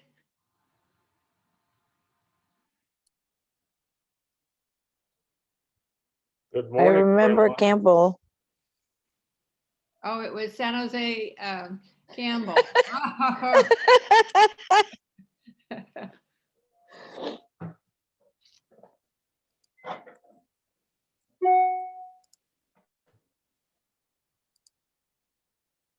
How are you doing, Thelma? Doing great. How are Happy- you? I just we're- had a allergy thing, but I'm fine otherwise. Yeah, it's that time. Where of are you? Are you in Chicago? Val? No. No, right here in Willow Glen. Okay, okay. Thelma, I have to tell you, my main project has been gardening. Oh, yay. And I wore out the gloves that you gave when you were campaigning, the gardening gloves. But I really like them. I buy more. Yes, the one with the rubber thing and the at the end, yes. Yes. So I think that's with yeah, I did give a couple of those too, but it was I inherited that from Bob Stewart. Oh. And a lot more too for me too, and I have like different kinds. I love them anywhere I go. Yes. Yeah, they're work very well. Because I always wear out one finger, you know, the one that I pick up the weeds with. Oh. So anyway. Hey, there's Jean. I'm sorry, I'm having allergies. I'm here. Hi, Jean. Happy birthday. Thank you very much. Oh, happy birthday, Jean. I ate. Thank you, Val. Yeah. Hi, Val. Hi, Good Stan. to see you, John Schroeder. Hi, John. I know. I don't have. He's How's bragging everyone about his this morning? sunny Southern California. I see double R and I see Georgie from my old club, Santa Cruz. Now you're in the land of sunshine. Oh, yes. Oh, yeah. So there's a lesson in doing this Zoom thing. Jean, you have a birthday greeting there from Mara. Oh, do you know how okay. to? You click more and then you see a chat. Okay. Yeah, I've got chats Yeah. down at the bottom. I've got 44 of them. Wow. You win the Well, it's been a great birthday. So the other thing that we learned was Karen was not seeing herself earlier, and she thought she was not in, but it was the host had not allowed videos, so we couldn't see ourselves. We were like, "Where is everybody?" And it's quite an experience having to force ourselves to learn this. Happy birthday, Gene. Thank Actually, you very mine's, much, George. yeah, mine's tomorrow. Unfortunately, I don't have a 29th this year. Well, happy early birthday. Thank you. You don't have a 29. Yeah, I know. Yours is I know. I'm 29, only 18 and a George? half or 18 and a quarter, actually. Uh-huh. Because it, But yeah, it Yeah, only so- happens. What day was your birthday? What? February 29th. Oh, February 29th. Leap years. So what are you about? Is that 60, leap George? years? 18 and 1/4. Figure that out. I'm March the 1st, so most people Wow. don't realize it's my birthday because I haven't turned the calendar yet. Yeah, March the 1st. Yeah, that's Ah. yeah. So anyway, my neighbors got together. We try and get everybody's birthday on our street here. And yesterday, they came over and we had a little cake and glass of wine and so forth. So it was pretty cool. That's good. So who was the person that's in the hospital bed? Her name Somebody is named Barbara. Barb. I don't know who that was. Barbara. Barbara. Oh, that wouldn't be What? past district governor Barbara. Barbara? I don't know. Is she still on? I didn't see her when I looked before we took a break. John, good morning. Juanito. Hey, Oh, you know what, just to kind of the. I won't tell them what- the other name. Say what? That's the Seal Beach Pier behind me. Oh, where's your Oh, boat? yeah. Where's what? Where is your boat? Okay, well, I got to change backgrounds. Ooh.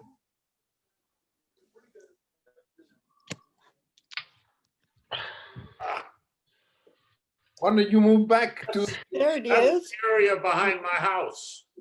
Oh, I see. Beautiful. Barbara Chamberlain. Is in the hospital? I don't know. She's in a hospital bed. She could be at home in a hospital bed. But I don't know if it's her. I'm assuming it probably is. It didn't look like. All right, everybody, we're back on time. This is amazing. Okay, George, I'll leave it up to you. Have seen the unmute. Let me get my agenda back out here. The power of mute all. Yeah. First Vice District Governor Alan King and Cabinet Secretary Susie, the hunger drive report and Rise Against Hunger, please.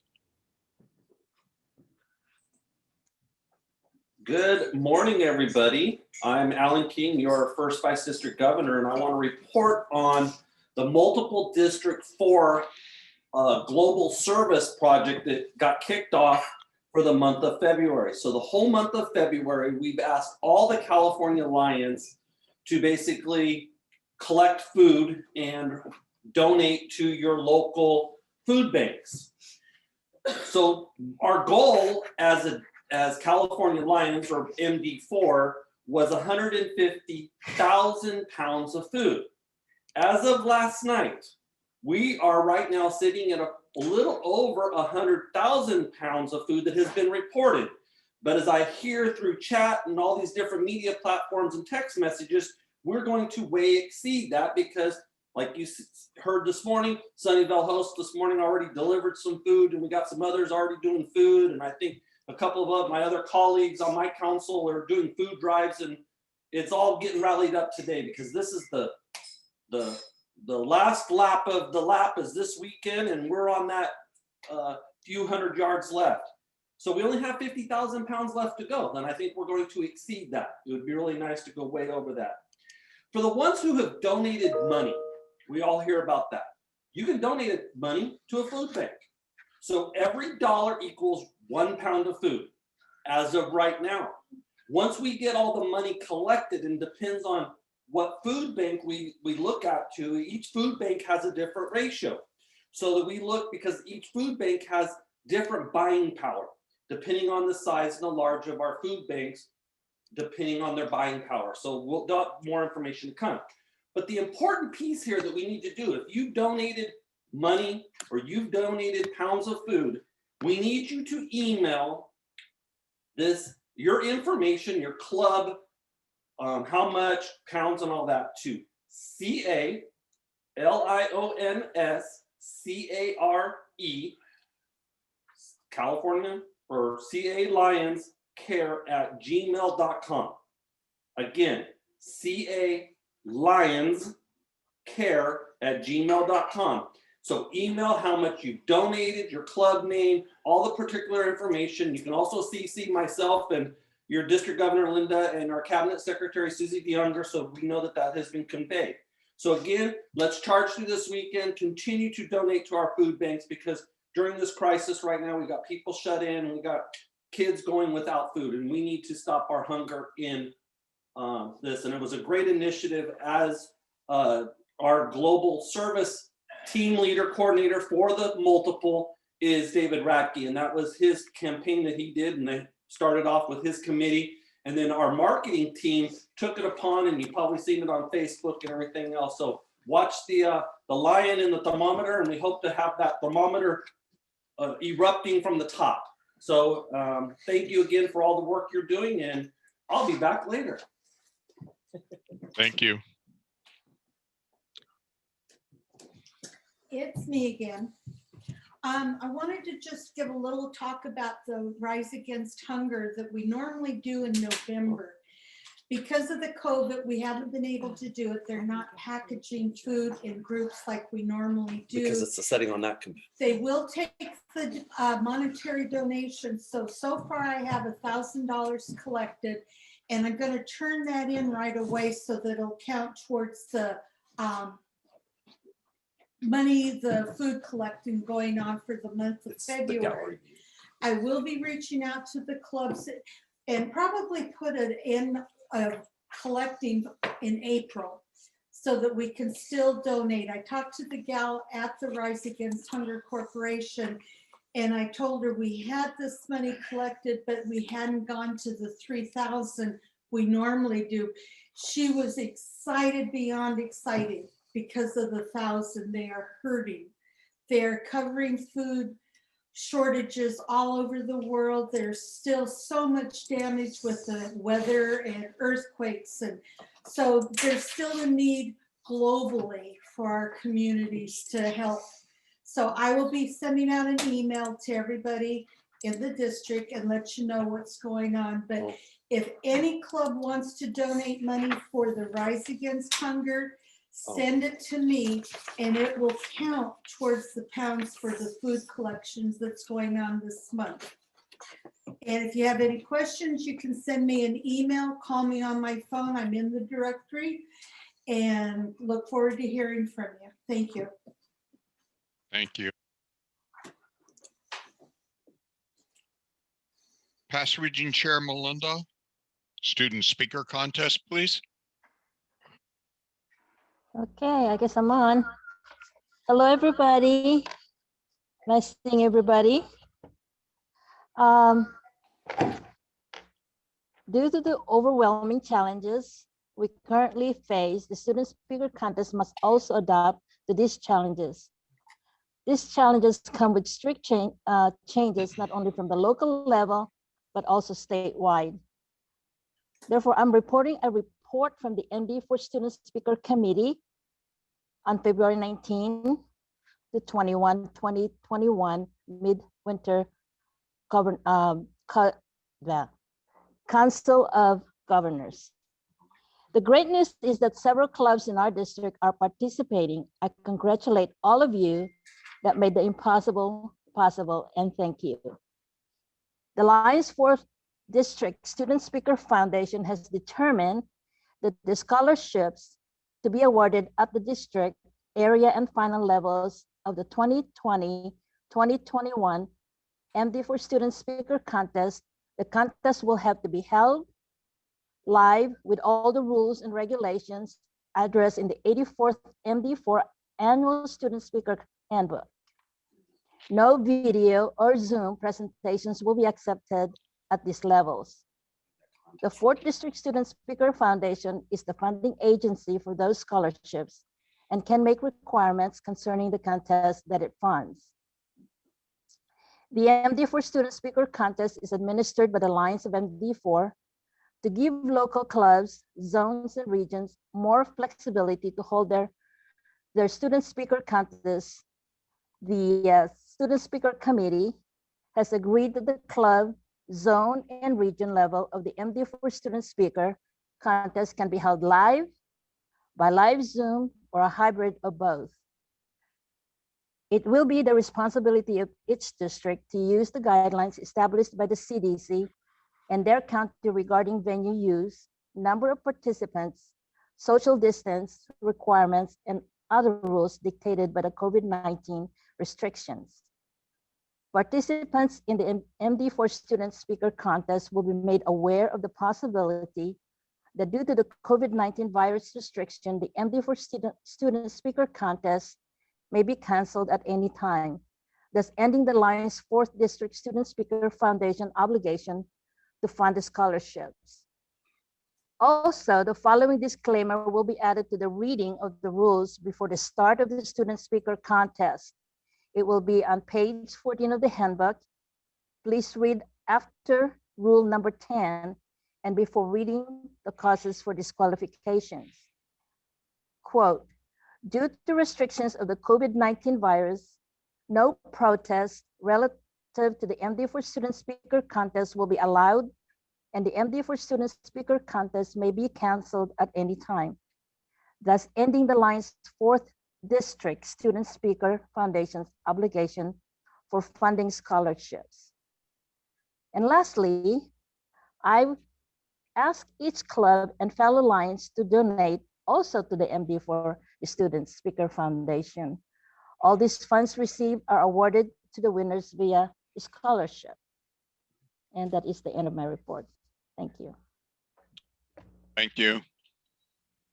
Can I ask a question? Will the thing that she just read, will that be sent out in writing to the clubs or at least to the zone chairs? I've already sent it to the zone chairs Thank and you. the region chairs last Thank Monday. you. Okay.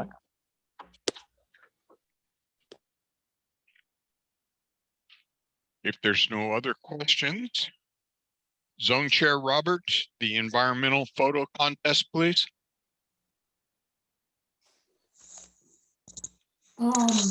Due to lack of time,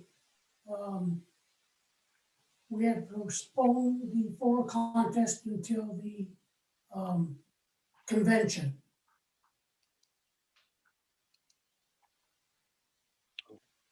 I concur. All right. He said that the environmental photo contest will be postponed until convention due to the lack of time and COVID. So we'll get those entries in. Thank you. It was good. Yeah. DG Linda, would you like to introduce our guest speaker, please? I will. So Lion Richard Stevenson is someone, I don't know if I've ever met him, maybe at USA Canada Forum. He is our guest speaker today, and he is a retired financial executive. He's been a Lion for 7 years, and he founded the South Tucson Cyber Lions branch, which just chartered last week with 40 Lions into a new club. He's one of the founders of the Global Lions Forum and is a member of the Lions virtual team. He's a certified guiding Lion, a recipient of the Senior Master Recruiting Key, and has recruited 45 new members. He's a native Californian, a graduate of UC Davis, and an MBA from UC Berkeley. So that's his California connection. Lion Richard, shall I just go ahead and start? We have a presentation for the growth of his, the formation and the growth of his Tucson Lions Club. We'll just go ahead and start. the He's presentation. ready to unmute. You want to let him talk? Sure, okay. I would like to add one more item that was left out of my resume, and that is 60 years ago, I was the runner-up student speaker at the Colusa Lions Club. So I'm going to have to add that back to my resume. Very good. So please start the video. Thank Okay, you. we'll start this presentation. Hope it works.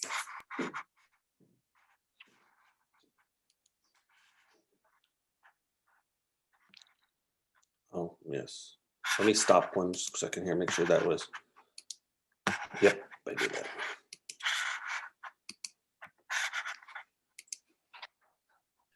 Hello, Lions. I'm Lion Richard Stevenson, and I'm president of the South Tucson Cyber Lions.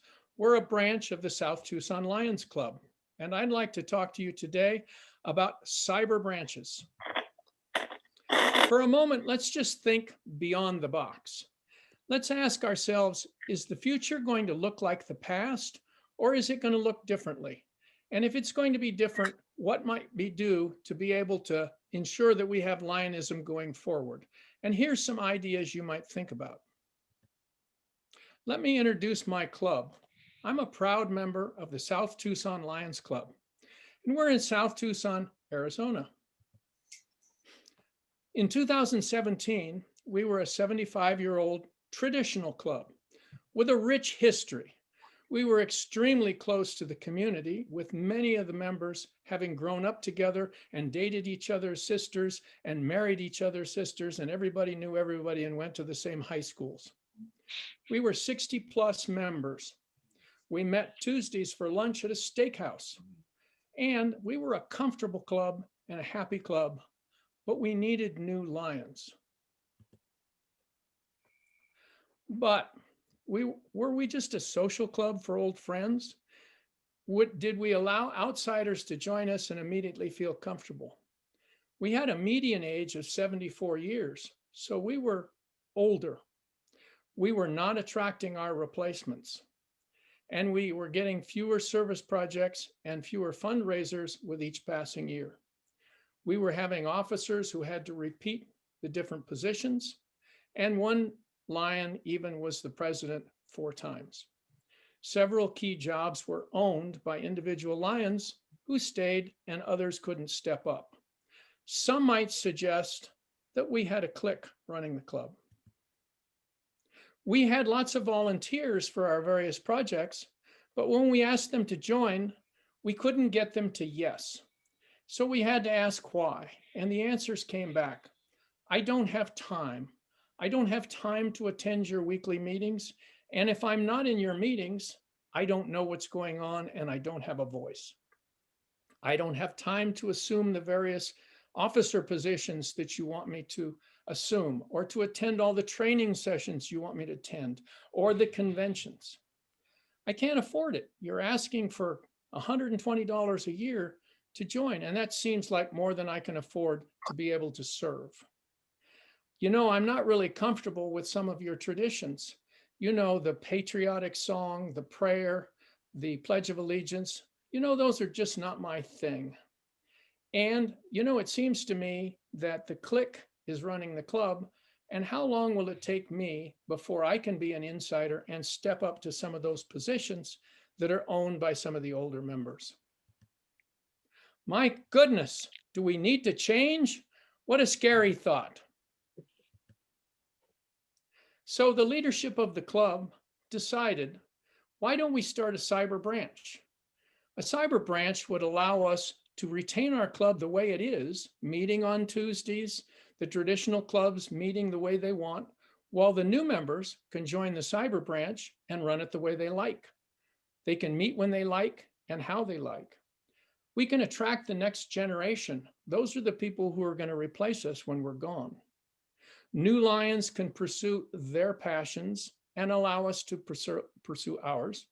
And new Lions can assume those leadership positions that we are holding for our old passionate Lions who want to keep doing the same jobs over and over.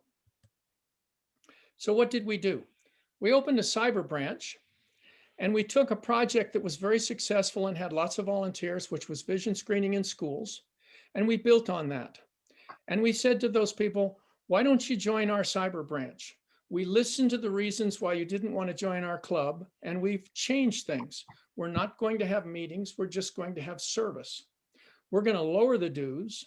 We're going to create new traditions that are your traditions, and we're going to allow you opportunities to lead, and we're going to work on the projects that you're passionate about. In other words, it's going to be your club, your way, and we're going to focus on fun. Now, here we are 3 years later. Our branch now has 46 Lions. Our parent club has gone from 60 to 44 Lions. We are now larger than our parent club. We have 33 women in our branch, and we've lowered the median age of the entire club 14 years to 60 years of age. We've raised $50,000 that the club would not have raised had we not been here. And that money reflects on our parent club as money that they've raised because we're part of the parent club. We've completed 300 plus service events. That also reflects on our parent club. We vision screened over 110,000 children. And now we're serving with our parent, and our branch Lions are even beginning to step up to club leadership in the parent club. Some facts. No matter what anyone tells you, there is no cost to having a branch. It doesn't cost you anything. There's no licensing or anything. Number two, branches are not forced to charter when they get to 20 members. You can have a branch with 200 members. There's no rule against it.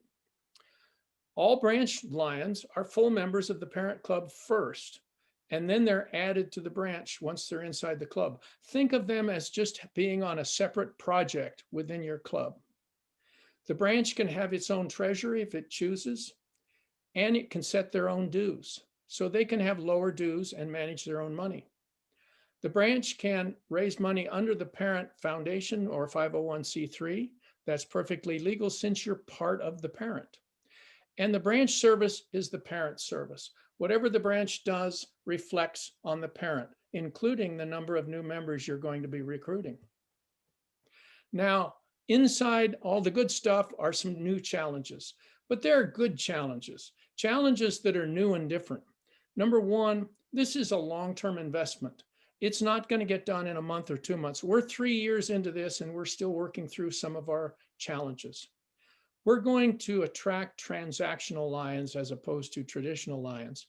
Transactional Lions want to work on vision screening. They don't want to be club president. They don't want to be secretary. They don't want to become district governor. So consequently, you're going to have not enough help doing administration. For the 3 years we've been running our branch, my wife and I have done secretary, treasurer, everything, just so it would all get done and the Lions wouldn't have to do that. We're now getting to the point where we're attracting some people who are beginning to step up. So this is a long-term investment. Also, transactional Lions, there is high turnover. And I say high, I don't know if it's higher than your regular club, but there is turnover. So you have to keep recruiting in order to ensure that you're growing. Want to give it a try? Well, it's very easy. All you got to do is review the LCI documentation so you know what you're talking about, because you're going to need to talk to your parent club and the district governor and so forth and explain to them how things work. You need to gain approval of your parent club and notify your district. You just need 5 Lions. They could be existing Lions in your club today. Then you choose a name, you appoint a liaison, and the club, the new branch elects a president, and you open it up in My LCI. You don't need permission, you don't need licenses, you just open it up in My LCI. And it's just as easy to close. Once you drop below 5 Lions on it, the club can be disbanded, the branch can be disbanded without any trouble at all. So this is not a difficult thing. It's not like opening a Leo club or chartering a new club. It's very, very easy. It's just like a project within your club. Do you need help? Well, you can join the Global Lions Forum Facebook group. All you got to do is go to Facebook, Google Global Lions Forum and ask to join and ask questions. We started this group with a cyber club in mind, and that's what we know a lot about and we talk about. So just ask your questions. Number two, you could ask a cyber branch guiding lion to join your club with a Zoom presentation. What's a cyber branch guiding lion? Well, I'm a certified guiding lion, and I think I know something about cyber branches. So I'm going to appoint myself as your cyber branch guiding lion. All you got to do is find me, and I'm happy to join your club on a Zoom call. We can show this video and answer questions. Follow Facebook pages of cyber branches and cyber clubs. There are several around, and they have a lot of great ideas. I'm learning constantly by watching what these different clubs are doing. And you can reach out to your GMT and your NAMI champion. They should be experts on this as well. Thank you so much. It was a pleasure chatting with you today, and I'm very proud to serve with lions like you. Thank you for being lions, and thank you for paying attention to my speech today.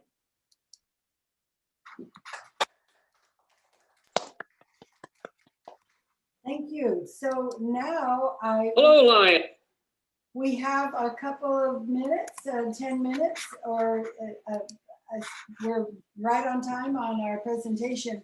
Richard, would you be able to entertain any questions and elaborate on your presentation? I would be happy to, and I have one small update for you, and that is that we chartered our branch 3 days ago. And so we're now a chartered club with 40 lions. Wow, awesome.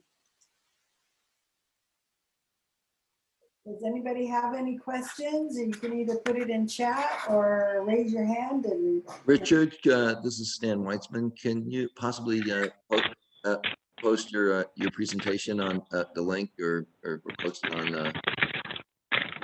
the chat box? I will send it in an email to your district governor. Would that be okay? That'd be great. Thank you. I have a question. Richard, are all of the lions that have joined your branch club local to the Tucson area? All but 5 who were closing their club about an hour away and joined us as they closed their chartered club. The rest of them are all local and all within our community where we serve.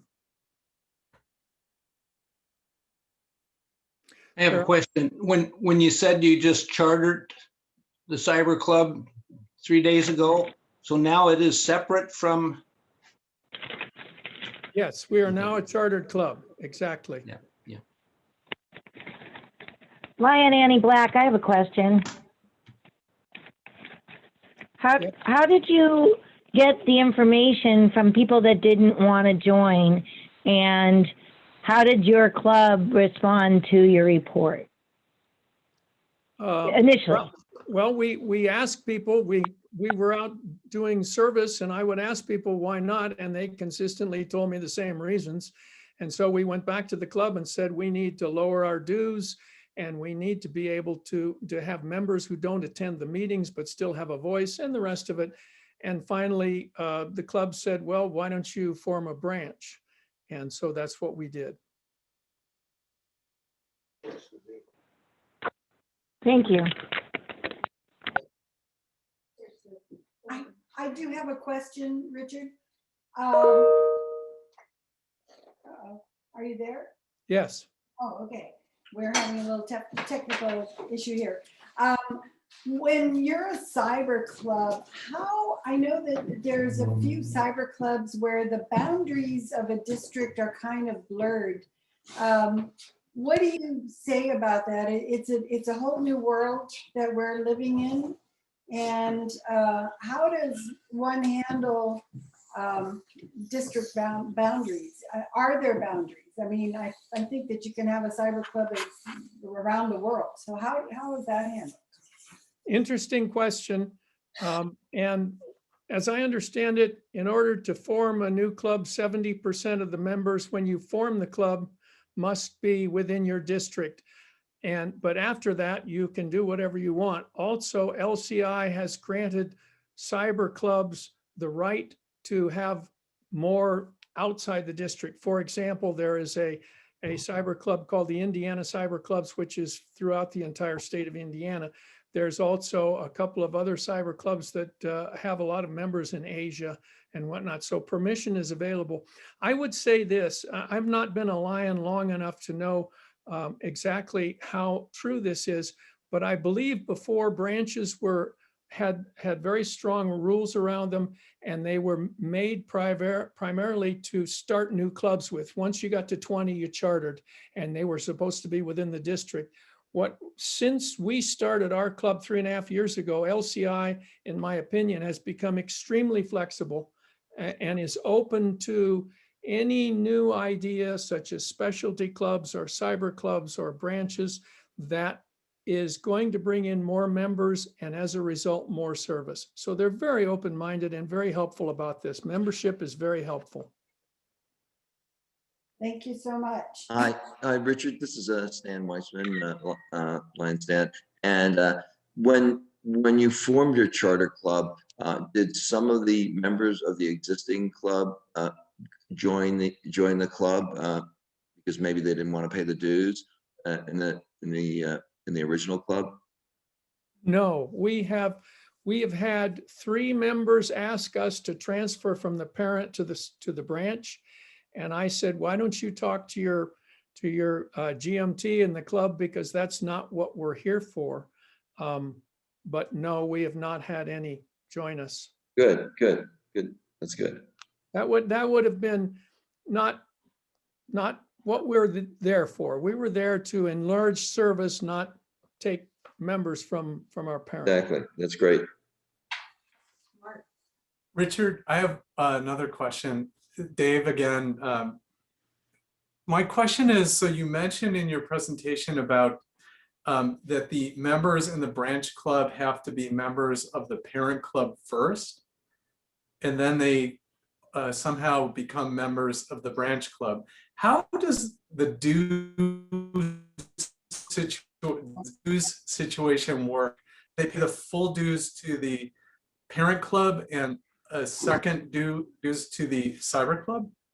The way in which you become a branch member is to join the parent club. You're in my LCI as a parent club member, and then there's a tag within my LCI that you link to everyone who's in your branch. The club itself, the parent club, must pay dues to the multiple district, the district, and LCI. And that doesn't change whether you're in the branch or not. The way we did it was that we paid the cost of those 3 elements to the parent club, which they then paid upstream. But we set our dues lower. Our parent club was charging $120 a year. The cost is $63.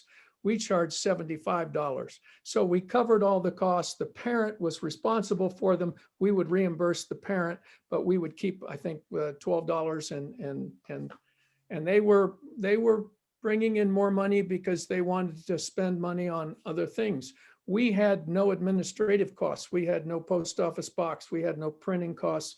We had no mailing costs. You can imagine all the costs we didn't have as a cyber branch. Thank you. And Tucson's near and dear to my heart. My cousins own Hotel Congress. My mother used to live in Bear Canyon, and my niece goes to U of A. Perfect. Yeah. Thank you. Yeah. Richard, a branch club is pretty autonomous with your own officers, your own treasury, correct? And your own service projects. But the benefit is that you don't have the administrative reporting through my LCI or my Lion. Is that right?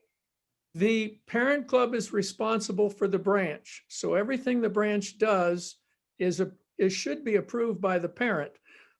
Having said that, our parent said to us, we have confidence in you. They made me the club administrator, so I was able to add and drop members in my LCI. We would produce our own financials, which we presented to the board every month as to be approved by the board and the finance committee in the club. But we approved our own members when they came in, and we set our dues lower, but we reimbursed the club for those dues. So yes, we have more freedom, but we have the freedom that the parent will give us while they're supervising us, because at the end of the day, they're accountable for what we do. And can a club have more than one branch club? Say you have a club that has members that are interested in childhood cancer, or another that's interested in a hobby, say helping youngsters with motocross biking or whatever. So a club can actually have several branch clubs, is that right? Yes, you could call it a wheel and spoke kind of affair, where if you think about it, managing a branch has a lot of administrative overhead, whereas, managing a club has a lot of administrative overhead. We have 18 officers. We had 18 officers in our parent club, counting all the board director officers and all the rest, whereas our branch just had 2. So you can eliminate a whole lot of administration by leaving that upstream in your parent club. But you could open 10 different branches, and as long as you have 5 members each, and you just put the name into my LCI, and then when you drop below 5, then my LCI gives you problems. But other than that, and they can do their own things. They can do what, as long as the parent allows it. And that's a wonderful idea, where you have a quilting group that meets at lunch, or a young mothers group that takes their kids to be babysat together while they sit in the park, or whatever it might be, to work on their projects. It's a great tool that LCI has given us to be able to enlarge our footprint of service in our community. Yes, and it helps the parent club because they get additional members and additional energy and projects that the parent club members can join, and do service as well. So I think it's a win-win for everybody. Yes. Lion Richard, this is Lion Janine. I have kind of a logistical question. Who does the service reporting for your branch? And do you have a member from the branch on your board? The branch president, under the Standard Club Constitution and bylaws, serves on the parents' board. And the parent club has the option of doing all of your service reporting, all of your financial reporting, and all of your ads and drops in my LCI. Our club made me the administrator, in which case I did all the service reporting, I did all the financial reporting, and I did all the ads and drops for the members in my LCI. A follow-on question, slightly tangential, is that I subscribe to the Global Lions Forum, and I'd like to thank you specifically for the service that forum provides. There's lots of really interesting discussions that probably would never come up had that forum not be in existence. So I'd like to thank you for that. And I'd also like to ask, where do some of those questions come from that you pose? Thank you so much. I wake up every morning and say, I don't have anything to post today. And within about 15 minutes of looking at other people's posts, you see the questions just pop up, or you can, the Standard Club Constitution and bylaws is a wealth of questions. And also Lions contact me with sometimes anonymously asking for questions. Great service, great service. Are there any other questions? If not, thank you so much, Lion Richard. And I understand that you are attending another convention in Georgia, right? That was earlier this morning. And so you're done. Okay, you're a globetrotter, for sure. Well, I was on with New Zealand and with England already this morning too. Truly a cyber lion. Zoom makes everything so easy, doesn't it? Yeah. It has certainly changed us. Yes. Everybody, give him a great big thank you so much for appearing and our district meeting. Thank you, Richard. Thank you so much. Okay. Back to you, George. Thank you. DG Linda, do you have a report from Lion Liz on membership tips and tasks or tricks? I think Janine Healy was going to give that report. Is that correct, Janine? He's on mute. I can't hear you. Unmute. Unmute, Janine. We can hardly hear you, Linda. Oh, I'm sorry, really? Yes. Oh, I'm asking Janine if she has the report for Lion Liz. Unmute, please.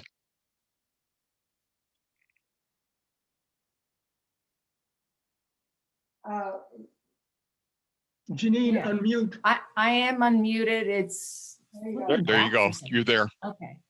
Let me bring up her report. Bear with me. All right. PCC Liz regrets not being able to be with us today. She is teaching the Lions Institute, our regional leadership institute today, but she did send this following report. Greeting Lions. Congratulations to the Sunnyvale Host Lions Club and Milpitas Executive Lions Club, who have tied for first place in the district membership contest. Each of them ended 2020 with a net gain of 3 new members. Congratulations. I will be sending out to you to talk about what you have won. The contest will continue through June 2021. The club that has the largest net growth of new members between December 31st, 2020 and June 30th, 2021 will have dinner served to them by your district leadership. Next year. As of last Thursday, our district had 1,034 members. We have added 94 new Lions this year, but unfortunately have dropped 118. So we have a net loss of 24 members.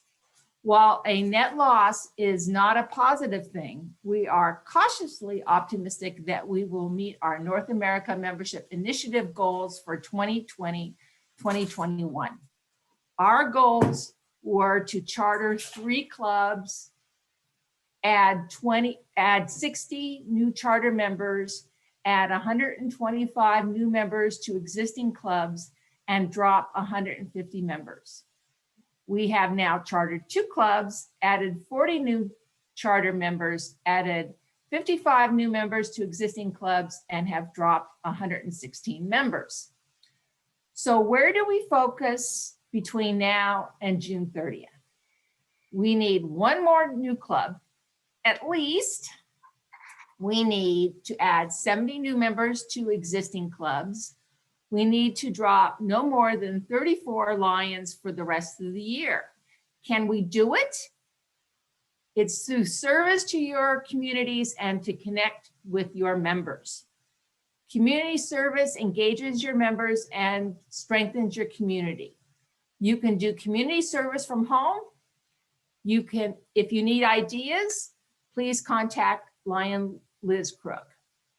If your club is not meeting regularly on Zoom or some similar platform, contact district leadership and we can help you. We can set up your meetings and provide a tutorial to any members who aren't familiar with virtual meetings. It is not impossible to recruit new members to your club during a pandemic. Talk to members of Carmel Mission Trail, Cupertino De Anza, Freedom, Sunnyvale Host, Milpitas Executive, San Jose West Campbell, San Jose San Paquita, San Jose Scales of Justice, and San Martin. They have all done it. Your district leadership is here to help you. Talk to your zone or region chair about doing a zone or region level service project. Invite your friends to join you. They could be your next new member. Have your club do a recruiting wheel exercise. If you need more information on what a recruiting wheel is, ask your region or zone chair or attend a Grow Your Club Your Way session. If you're interested in attending a Grow Your Club Your Way session, contact Liz Crook. If you want to talk to a club that is putting what they've learned in that session to work for themselves, contact a Los Gatos Lion. Congratulations to all the clubs with positive membership growth. We have 4 months left in the year. Let's charter a club, add 20 at least charter members, add 70 at least members to your existing clubs, and drop 34 or less. We can do it. Respectfully submitted, Lion Liz Crook, District 4C6, GMT Chair, and North American Membership Initiative Coordinator. That is Liz's report. Thank you. GST Chair Bob, service is what it's all about, please.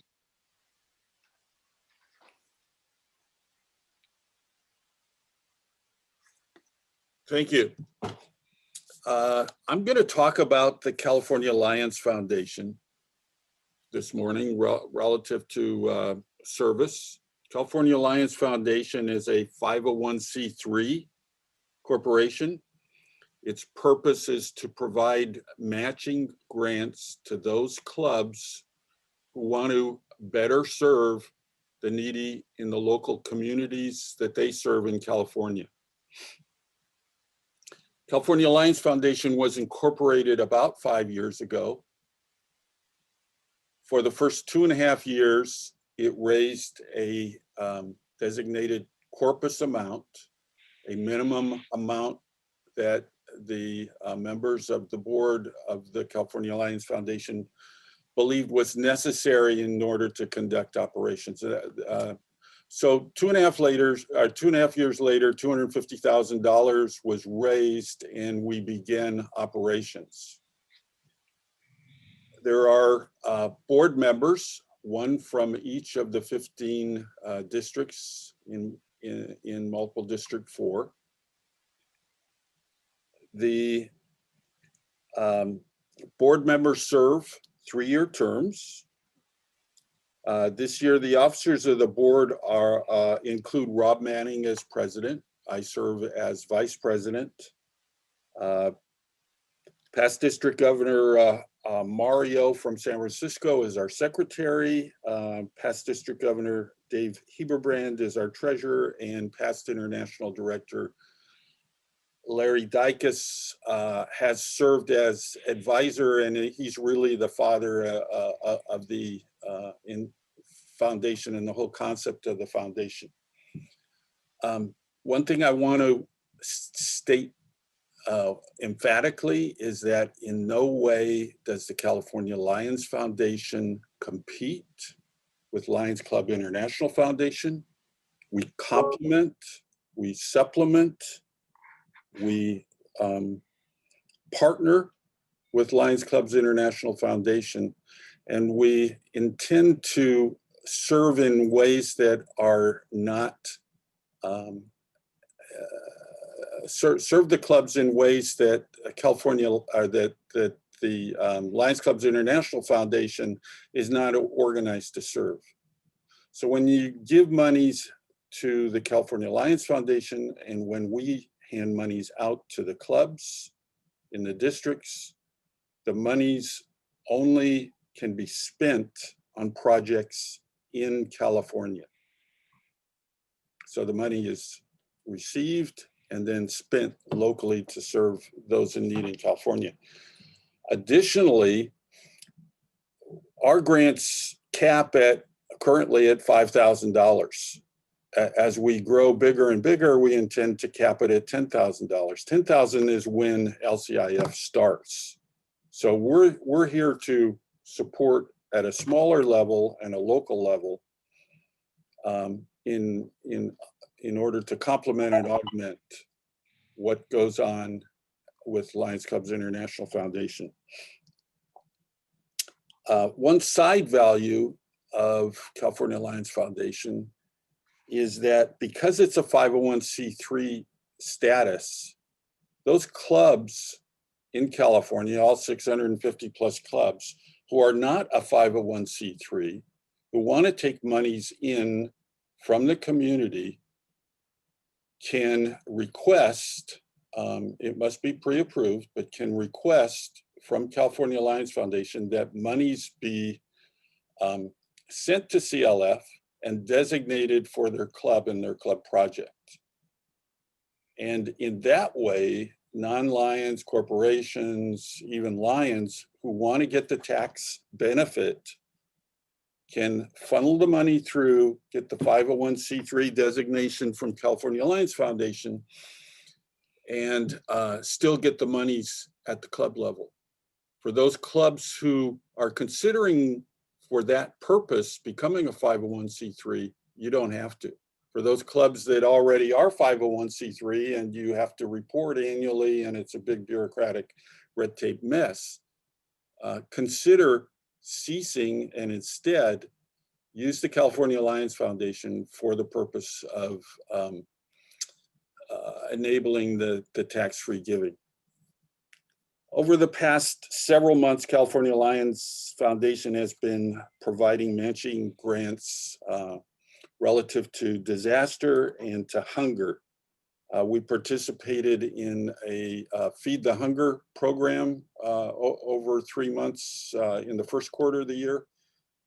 I'm pleased to share that we handed out 25 different grants. 14 of the 15 districts, including our own district, were recipients of the grants. These were not matching grants. These were just checks of $1,000 written to the clubs. And the clubs applied, describing a hunger need in their local community that otherwise they were not able to satisfy, where the $1,000 would be used for that purpose. We also gave out a lot of money relative to the recent fires. California Alliance Foundation in our own district, we received a check for $5,000 for the fires last fall. Current assets of the California Alliance Foundation.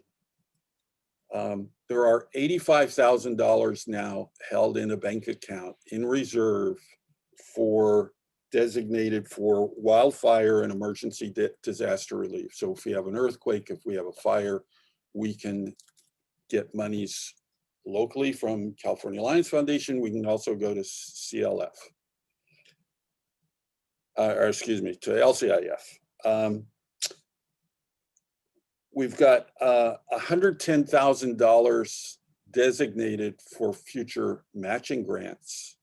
And additionally, we've kept our corpus at $250,000. So we've got our base in place. On top of that, we've got $110,000 for matching grants. On top of that, we've got another $85,000 for emergency relief. And we continue to take in monies. You may have noticed that we haven't hit up the clubs in our district and in our multiple for giving. That's because we've focused a lot of our attention on corporations. California corporations especially love that the monies that they grant to the California Alliance Foundation go through Lions back to serving the community in the local community in California. It's been particularly attractive. So we thought a long time, what another handout. You've got so many hands out where that people want money from you. Good causes want money. We wanted to not have to do that so much. If you do want to give, $5,000 is an amazing plaque. It's a KK Fukushima plaque. If you know, KK visited our district numerous times. There's a photo of him in the plaque. It's a gorgeous plaque, and it's $500. But this is not a solicitation. This is a status report. California Alliance Foundation is humming along. We're doing great things. Some of the monies are going to our district. The very first grant went to Almaden Super Lions, by the way, that we gave out 2.5 years ago. And if you have a need for matching grants, by all means, go to the website, californiaalliancefoundation.org. see the photos. I think it's the best Lions website in California and perhaps nationwide. It's an amazing website. I encourage you to go to it, CaliforniaLionsFoundation.org. And you'll see photos from clubs in our district in that website. Thank you. Any questions? Thank you. All right, moving forward. So one thing I have a question. Oh. Morning, George. I did invite John Schroeder here as part of the service aspect of this afternoon, or this morning, to give us a little overview of what his club is doing, Seal Beach Lions, as far as service, just to give people, it does say tips, service is what it's all about, and if you could just give us a little presentation if you're present. Are you there, John? I certainly am here. Welcome to Southern California. At least that's where I am. In any event, for those of you that don't know me or don't remember me due to dementia, I was the governor of your district, 1991, 1992. I will be the governor of District 4L4, 2021, 2022. So 30 years between governorships. And by the way, I plan to do it again in another 30 years. So I'm here to talk to you a little bit about my little club, the Seal Beach Lions Club. We're at about 330 members in a community about the size of Santa Cruz. So we are the big deal in Seal Beach. Behind me, you'll see a pop-up tent that we have purchased, and we use it in all our events because it shows that it is a Lions project. Today, I was in a meeting with your first Vice District Governor this morning. I went over and delivered food to Seal Beach, and that's where the photo is behind me. And now I'm here with you. So the important thing to remember is just because we have a pandemic, that doesn't mean that you can't do stuff. I took a look at our report at the end of the year to see how the pandemic had affected us. Last year, through December, we had to cancel 112 events that we usually schedule. We do 2 or 3 or 4 on a weekend, usually. We, however, performed over 85 other service projects during the pandemic. You have to be a little more creative. We went out to find a need. Remember the expression, where there's a need, there's a lion. We had contacted especially Meals on Wheels because we saw a need there. A lot of people are suffering because they were not able to go out or were afraid to go out during the pandemic. So we participated in Meals on Wheels by having various members, usually retired, pick up the food and deliver it. An easy project to do that's all set up. All you have to do is contact Meals on Wheels. We prepared emergency food kits for the Los Angeles County Food Bank. Something that any club can do. Every community practically has a food bank or a charity of some kind that distributes food. Contact them and see what they need. We prepared a school supply project. So what happened is, since the kids were not in school, they did not get the supplies that they normally get when they go to their teacher and say, okay, go get a pencil, go get paper, whatever it is. So we collected paper, pencils, pens, crayons, all that kind of stuff, and distributed them to a local school who was going to then distribute it to the participating kids that are having problems getting that kind of things. We also scheduled, for example, a support your local restaurant. And here's an easy one. God knows, Lion Gary knows I like to eat. And I show it. So we contacted restaurants and set up visitations to the restaurants a certain day where we wore our shirts showing that we support this local restaurant by going there and getting either takeout or eating when it was available outside. Whatever we could do to try to show support for a local community, that's what we do. We still had an Easter egg hunt. Now, how are we going to have an Easter egg hunt when we have the pandemic? Well, what we did is we advertised in the newspaper and in the downtown area of Seal Beach, as well as on Facebook, to register, and we will deliver eggs to your home. So what we did is we had a number of people register. We made sure that when we prepared the eggs, we were all wearing our gloves and everything. And then we delivered them early in the morning to the houses where they had registered so that it could be an Easter egg hunt. Normally we'd have it in the park and have about 200 kids run over and pick up eggs for about 2 seconds, and then it's done. But this one worked out great. We have parades that we usually sponsor. Now, we couldn't do parades this year because they're not allowed to meet on the sidewalk and watch. So what did we do? We took the parade to the people. So what we did is we did car caravans. We drove through our community, honking our horns, displaying our flags on the 4th of July and on Veterans Day so that people knew that we were still there. Another thing we did is we did our standard breakfast with Santa, but it was a drive-through breakfast. So you picked up, now I know this isn't very,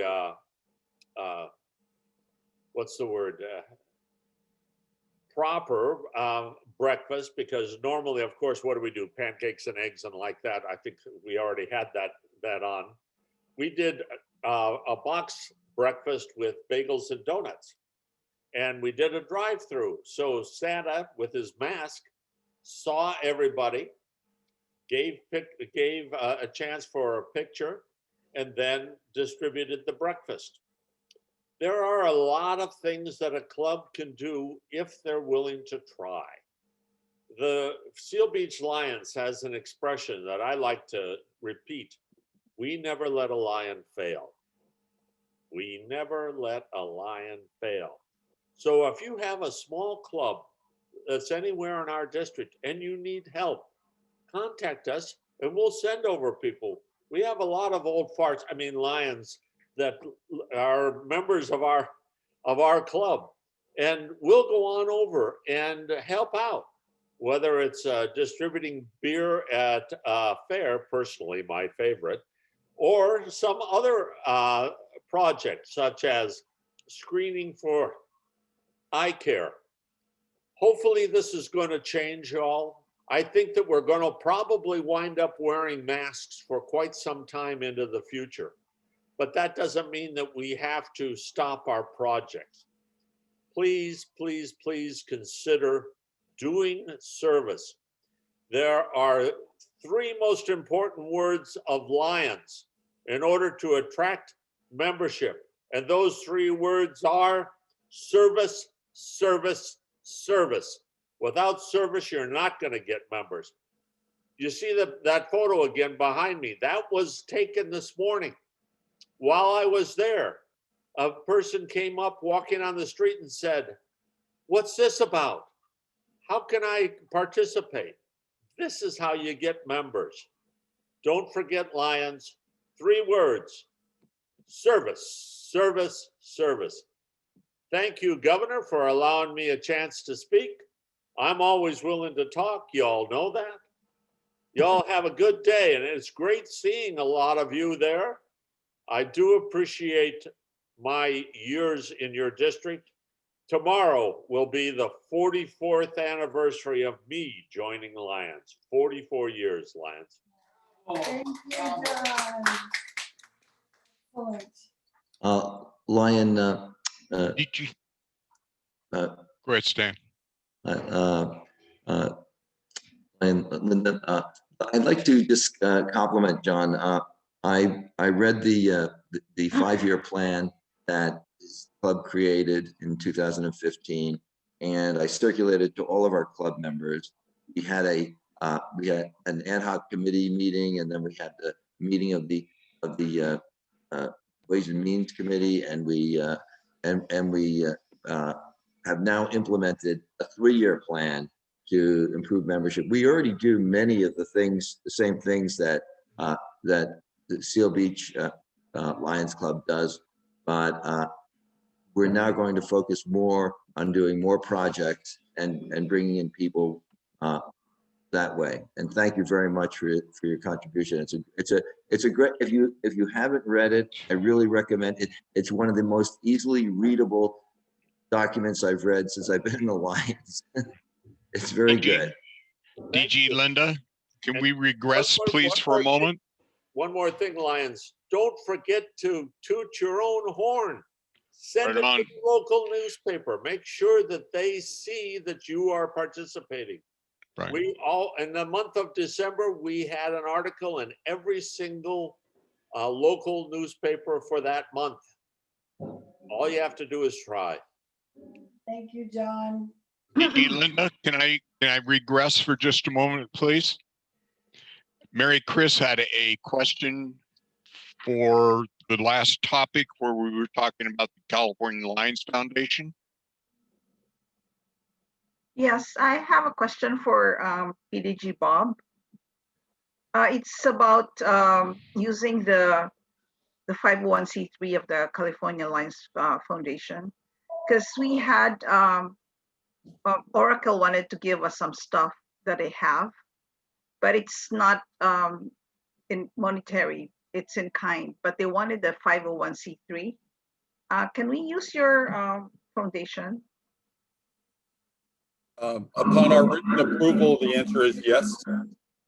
And so I would send an email to Rob Manning, our foundation president, or you could send it to me and I'll make sure it gets to the board and we will discuss it. And if it's not approvable, we'll work with you to present it in a way that's approvable so that the monies can flow through our 501c3 designation and back to your club. Absolutely, yes. As long as the asset stays in California that you're receiving, Yeah, serves the local community, the answer is yes.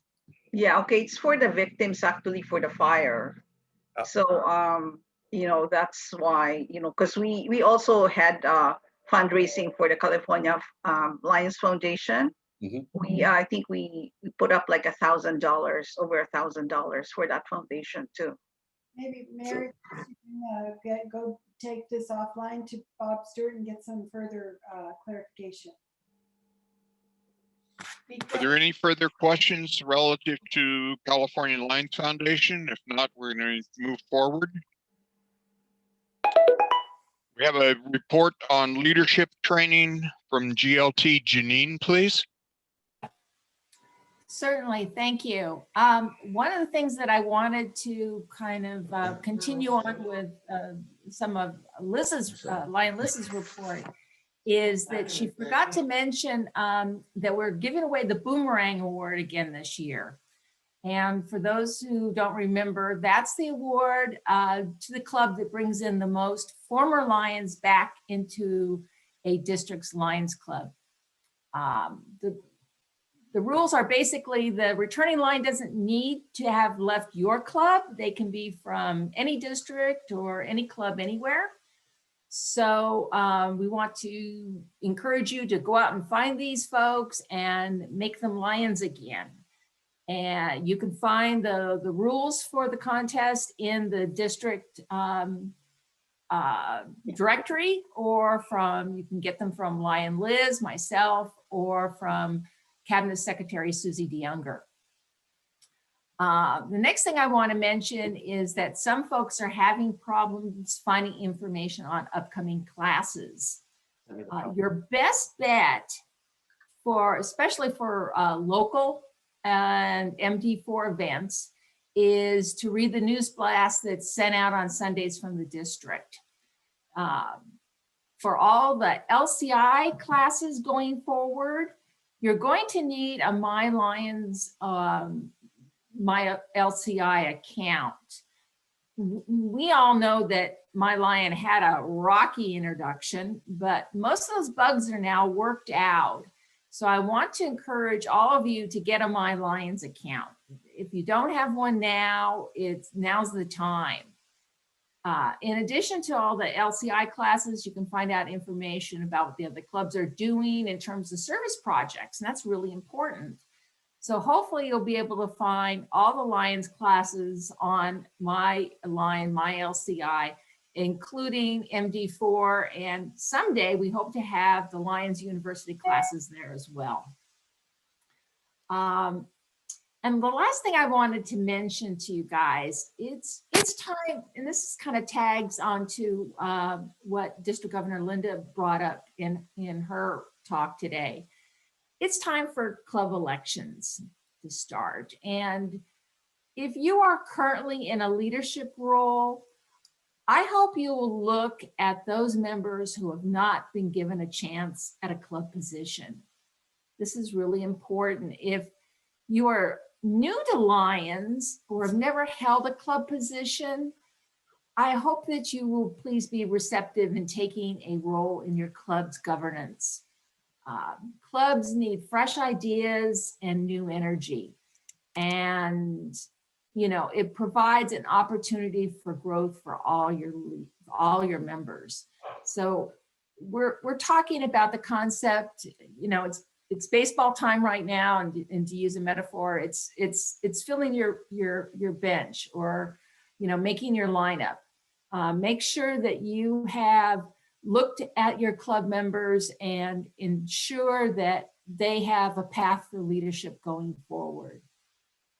And that's my report. Thank you. Thank you. Are there any questions? Moving forward, PCC Bob, a report on the 2021 convention, please. All right, we heard from past District Governor John Schroeder and Seal Beach in Southern California, looking out at the ocean down there. I am right at the looking out at Monterey Bay from Pleasure Point, and I'm pleased to announce that surf is up. What does that mean for us? That means that the Beach Boys theme is moving forward. We have a contract with the San Jose Holiday Inn for the Lions District 4C6 2021 annual convention. Its date is Friday, May 14th through Sunday, May 16th. The convention team, District Governor Linda, myself, past District Governor Thelma, immediate past District Governor Rick, Vice District Governor Allen, and advisor, past Council Chair Liz, have met with the hotel. The hotel is thumbs up on proceeding forward as long as the county and the state approve. All indications are that the hotel will be allowed in May by the state and county for an in-person convention gathering of 100 people or more, as long as the then current COVID-related safety precautions are in place. So even though the hotel is local, it's right in our own backyard in San Jose, right by the airport, the temptation may be to drive back and forth from your local residences and not stay at the hotel. The temptation may be to have meals at home or elsewhere and not at the hotel. This is why traditionally we've had conventions far away, so that you migrate away and it's difficult to go back and forth during the day. This year, we're going to try in our own backyard. We're going to keep our money at home and stay at the San Jose Holiday Inn. We have room rates that are ridiculously low, $89 a night plus tax. Parking is free. Most everything has been free to us in the contract. We've booked 60 rooms at this rate. I encourage you to call the hotel directly. We're not going through our registration form and aggregating by clubs and so on, and having our convention team handle hotel reservations. That's your job. You call the hotel directly. Just mention Lions and mention the date, and you'll be able to reserve your room. We're keeping the cost of the meals as best we can at cost, so that it's a minimum cost to you. We've lowered our registration fee from past years of $50 per person down to $25 this year. And so we're trying to eliminate any objection that any of our 1,000 Lions have from showing up at our annual convention and partying to the theme of Beach Boys. The convention team is busy designing a well-packed, fun convention where you arrive Friday afternoon. Hotel reservations start at 3. We will have the hospitality rooms open when you arrive. We'll have a wine tasting or something like that, a social event. We're going to have dinner together at the hotel. Then we're going to roast immediate past district governor Rick. He didn't get the good send off that normally we give to our district governors. So we're going to roast him and roast him up good. Saturday is designated primarily for business. We'll have our 4th district cabinet meeting Saturday morning, and we'll have elections, and we'll announce the election results in the afternoon, and then we'll have the formal gala event that evening. We will have a past or a current international director present as our guest. We're also looking at a guest speaker. And Sunday will be reserved for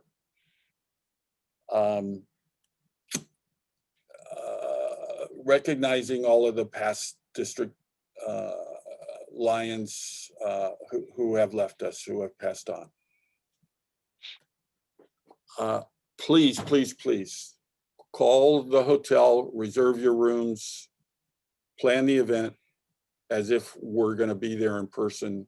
Our convention team is proceeding in this manner.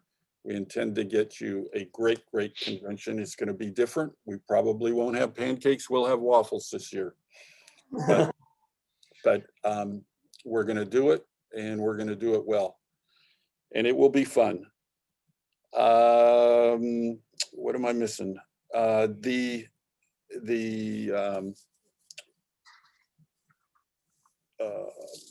reservation form, meal selection, and so on, expect that to go out through all the Lions clubs in about 2 weeks. But you can call the hotel immediately and start booking the event. Any questions? Super. All right, Linda. Thank you. Thank you. Closing remarks, DG Linda.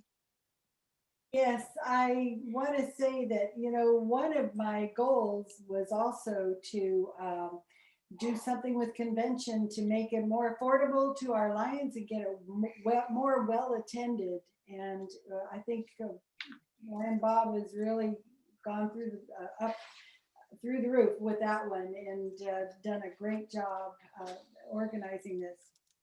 So in closing remarks, I just wanted to talk about the power of persistence. As a young mother of 3, I had a dream of becoming a court reporter.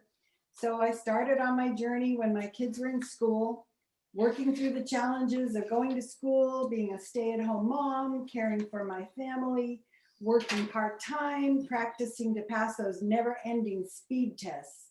It was pretty darn challenging at times. And when I hit those plateaus, I'd want to give up on my dream. But I had that focus, that dream. I overcame the challenges and I eventually achieved success. The challenges never stopped though. And I learned that there would always be challenges with witnesses with accents and fast talkers and lawyers talking at the same time. It never ended. And I'm still tackling those challenges. But what keeps me going is my love of my job. And I continue to report these today. The reason I'm telling the story is that I compare it to the challenges we are facing today in Lions. Clubs have dwindling members, people who move away, Lions who lose interest because of lack of projects, non-existent meetings, or the challenge of technology. The challenges of today are like the speed plateaus in my school days, and you just want to give up. But there's something in us that makes us stick with it. The friendship of our fellow Lions, the knowledge that we are all in this world together, and there is no one who doesn't have challenges. We love being a Lion because we know that we are helping people like us who have our daily struggles, and helping others helps us. You persevere and persist because you know that there are so many people in need and you must do what you can to help. John Schroeder's talk about the success of Seal Beach Lions Club is the focus on service projects, partnering with other organizations, keeping an eye open for where the need is in the community. We join Lions not for the meetings, they are necessary. But in order to be a successful club, as we go forward, we need to focus on filling the needs of the community in any way we can. And by doing that, we're filling our need to serve. I hope all of you will tap into that persistence and not give up. Look for ways to serve, look for new members to revitalize your club, move in a different direction with fresh ideas and the energy of new members who are excited about being a Lion. Whenever I've spoken to clubs with young professionals about the 1, 2, 3 Go Lions concept, the idea that I have, I see their interest and it's a very simple concept that they can accept in their busy lives. I ask them if they can commit to 1 hour of meetings per month. 2 hours of social, meeting new people, networking, and 3 hours of service a month. For a young professional or people with young children, it resonates because they want to serve and they want to understand the commitment. This gives them an answer. And while we're at it, let's invite those young children and embrace the Lions Cub program. It's an amazing program to engage the children of busy families, allowing mom and dad to go to meetings as a family. The times they are a-changing, as they say. This is the biggest change most of us have ever felt in our lifetimes. The fact that the effect is worldwide makes us realize we truly are one world, one people, with a common bond to help our fellow human beings. We're all working together at this time toward one goal, returning to the world we knew over a year ago. Or almost a year ago. The challenges are there. The plateaus are the never-ending need for distancing and mask wearing, the concerns of safety. Together, I know we will persist because we love being Lions, and we will reach our goals of going back to a time when we can meet safely, continue our membership growth, continue our service, and continue to learn and grow as leaders in Lions. I just want to say God bless you all. God bless our world for what we've been through. I'm going to cry. God bless Lions for making the difference we have always made in others' lives. And God bless our district for being persistent and being there and growing your clubs. Thank you so much.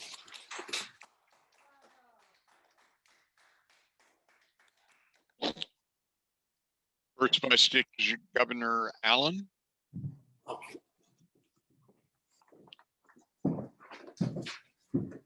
Well, good afternoon. Our third cabinet meeting. Can't believe it's already been a year that we just learned about what COVID-19 was and how it's changed our lives. Everything from quarantining at home to wearing a mask, not being able to dine out. All we heard about is wash your hands, sanitize, more than we've ever done before, and we'll be with our loved ones. As you're aware, yes, I was one of those frontline workers going to work every day managing this pandemic. And yes, I was in the command center there at the correctional training facility in Soledad at the prison, managing this COVID with both staff and inmates. From July, when I was tested positive, did my quarantine, and then I went to work and I was at the front line of every day fighting this epidemic. With the recent numbers, we're starting to come down. This is not a time to let our guard down. But I do have an announcement for you guys. I am in pre-retirement mode.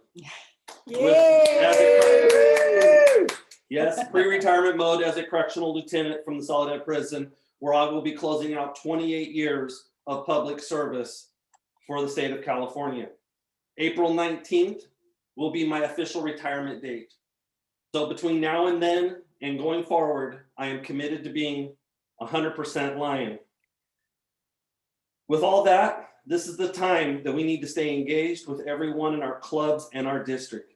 Yes, we can do projects, just like the one we're doing right now in February, the food drive that we're going this whole month. And I want to commend the clubs who you know who you are. And we can also do that eyeglass collection. We did that a few months back where I started in King City with a pickup and a trailer, and we just got all the glasses. Be surprised how many glasses in these boxes got passed around from cabinet meeting to governor, but we finally got them out and got them up to Vallejo. So my goal is by the end of March or the first part of April, we'll be kicking off that campaign again to get more glasses. So please, in between this time, find those glasses, dump them in an apple boxes, no cases. That's 200 glasses right there in one apple box. They don't need to be lined or anything. Just dump 200 pairs of glasses in that box, shake them up a little bit, throw the lid on it, and then put a label on there. So we can do that. Clubs are doing fundraisers, well by drive-throughs and pickups. I want to give you a little example of how easy these food drives or these fundraisers can be. I went and recently was down in went up to Fort Bragg and visited my counterpart, Cindy Lemus, who's on my council. And they just did a spaghetti feed on Valentine's Day. It was a drive up spaghetti dinner for two. I donated to that cause because they did what was called using Square. You could do online ticket selling.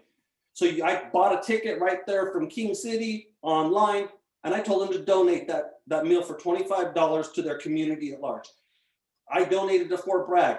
We can do the same thing here. We have to advertise. Let's use our electronic media like Square, Ticket Hub, or all those other platforms out there. We can still do fundraising in your community. Another one they're doing, I want to brag, is they're doing an online type of an auction where they've got all these merchandise. They built a Facebook page. They have all these items and people can go bid on them, and they're going to close the bid out, and it's another fundraising. So there's a lot of different things out there.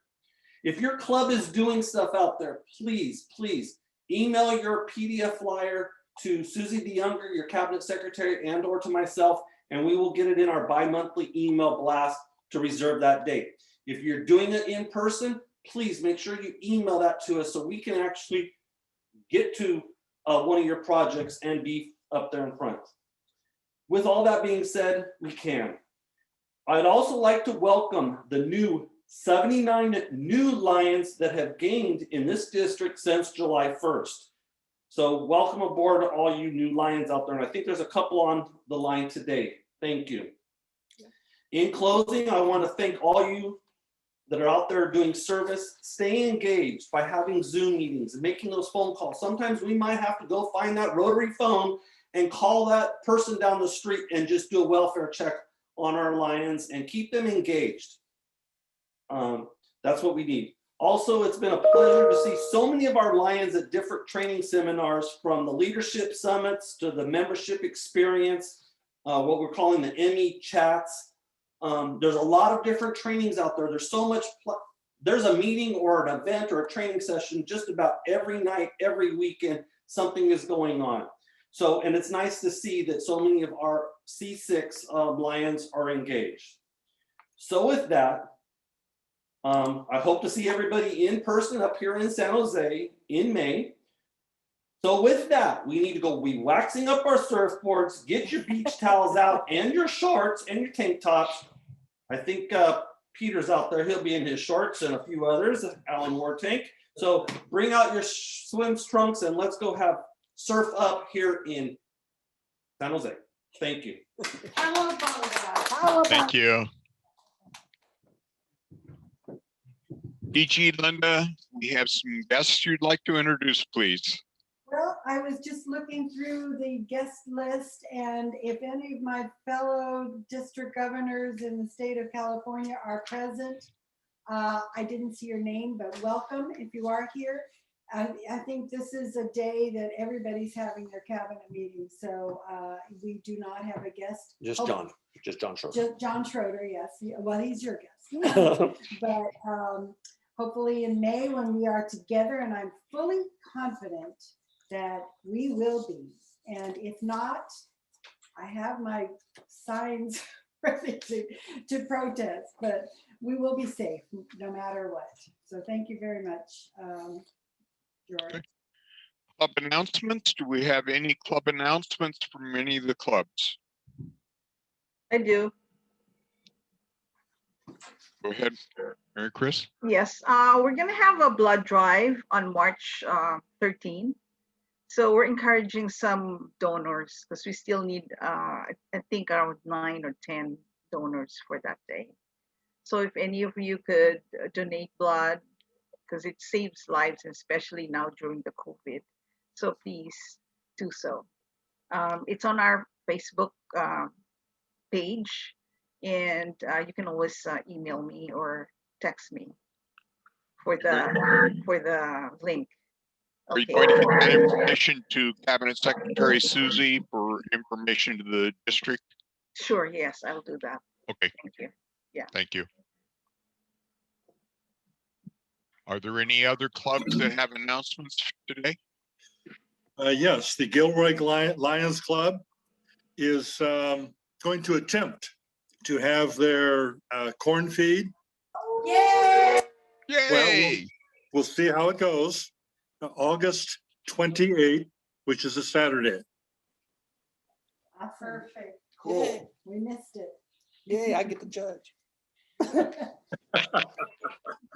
So, Contest, right, Bill? pardon? I couldn't hear. I said we get to have 2 contests, right? For Oh, judges. you get to judge it? Yes, go for it. Here we go. George, I've got an announcement. Okay, we got you. I forgot to tell everybody during my report.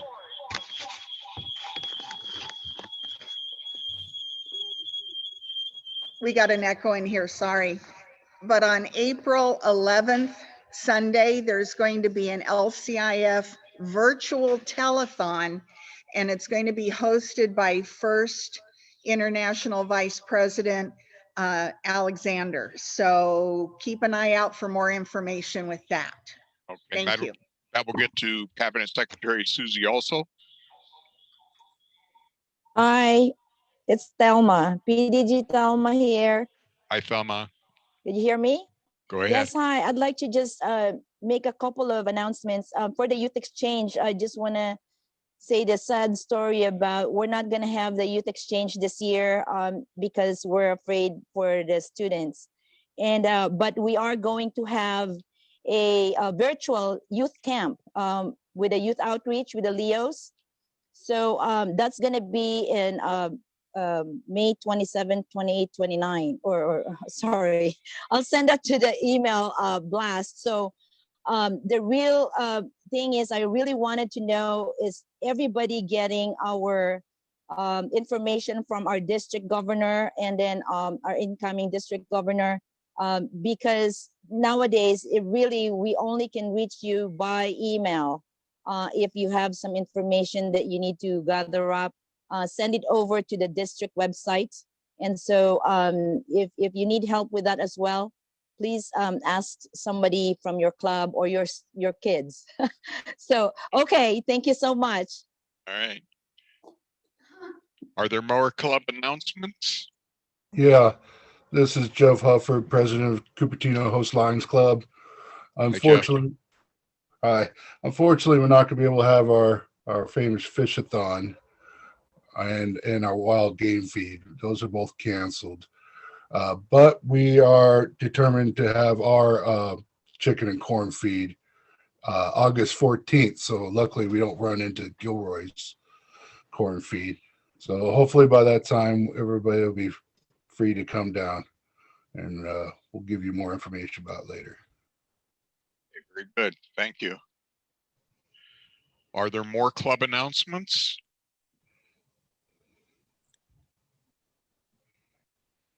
Said, have a nice day. Okay. Hello. Yes. Hi. Hi, I'm Leslie from Cupertino Deanne's Alliance. And I'm excited to announce that tomorrow, after having gotten some new blood in our club, we are going to have to hold a pre-student speaker contest. We have 25 students who have signed up under our umbrella that would like to participate. So we have to hold a pre-contest tomorrow to listen to the 25 speakers and narrow them down to only 4 to be able to move forward into the district competition. So we are really excited about that, to have to narrow it down. Last year, I think we only had 2 participants. I have a comment on that, Leslie. Yes. You know, sometimes when one club gets a lot of student speaker contestants, you can suggest that they go to another club so they all have, you have more, the ability for more students to participate in the contest. Is that something you would be thinking about doing, or? I don't know I'm not on that committee. I'm just announcing it.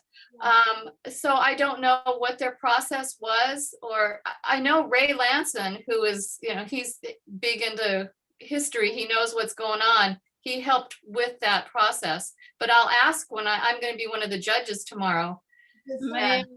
May I get into the discussion? Yeah. District Governor Linda. So in our district, and your club is in district zone 1, region 1, we have Saratoga Lions that I'm pretty sure they would like to have a contest, but they didn't have enough participants. I don't know, since we have Jeff Hufford. Do I pronounce your name properly, Jeff? Here, Hufford. I'm sorry, I just joined the meeting because I was working before, so I don't know if Cupertino is hosting the student speaker contest. So I'm pretty sure we can help you redistribute your students throughout the clubs. So, fantastic. That I almost didn't even say anything today. Gosia? Yes. Why don't you put your information in the chat, and I'll get a hold of you, or I'll have the person that's in charge of the committee get a hold of him. I will contact Lion Ray. Oh, okay. But Yeah, he would. I will put my phone number. Zone chair, Gosha, that's what I was looking for. Oh. I'm sorry, I had scheduled work much before 6275197 before. Okay. Yeah, and my contact is also in directory. Okay, I have that. We have it. This is a great news. Give me a second, Rose, one moment. Thank you so much and congratulations. And when we're talking about it, can you share how did you achieve such a big amount of students wanting to participate? Because this is something that we all have to learn from Cupertino de Anza. Yeah. Well done, well done. Thank you. We had our brand new people that jumped into it. They went to the schools and they gave a pitch to all the schools and in our district. So you can learn that from Ray when you have your conversation with him. And I see your phone number there. And yeah, so we will definitely be in charge. Okay, District Governor, I'm sorry. Yeah, that would be a good thing for Gosha to share with the rest of the zone chairs. Thank you so much. Go ahead, George.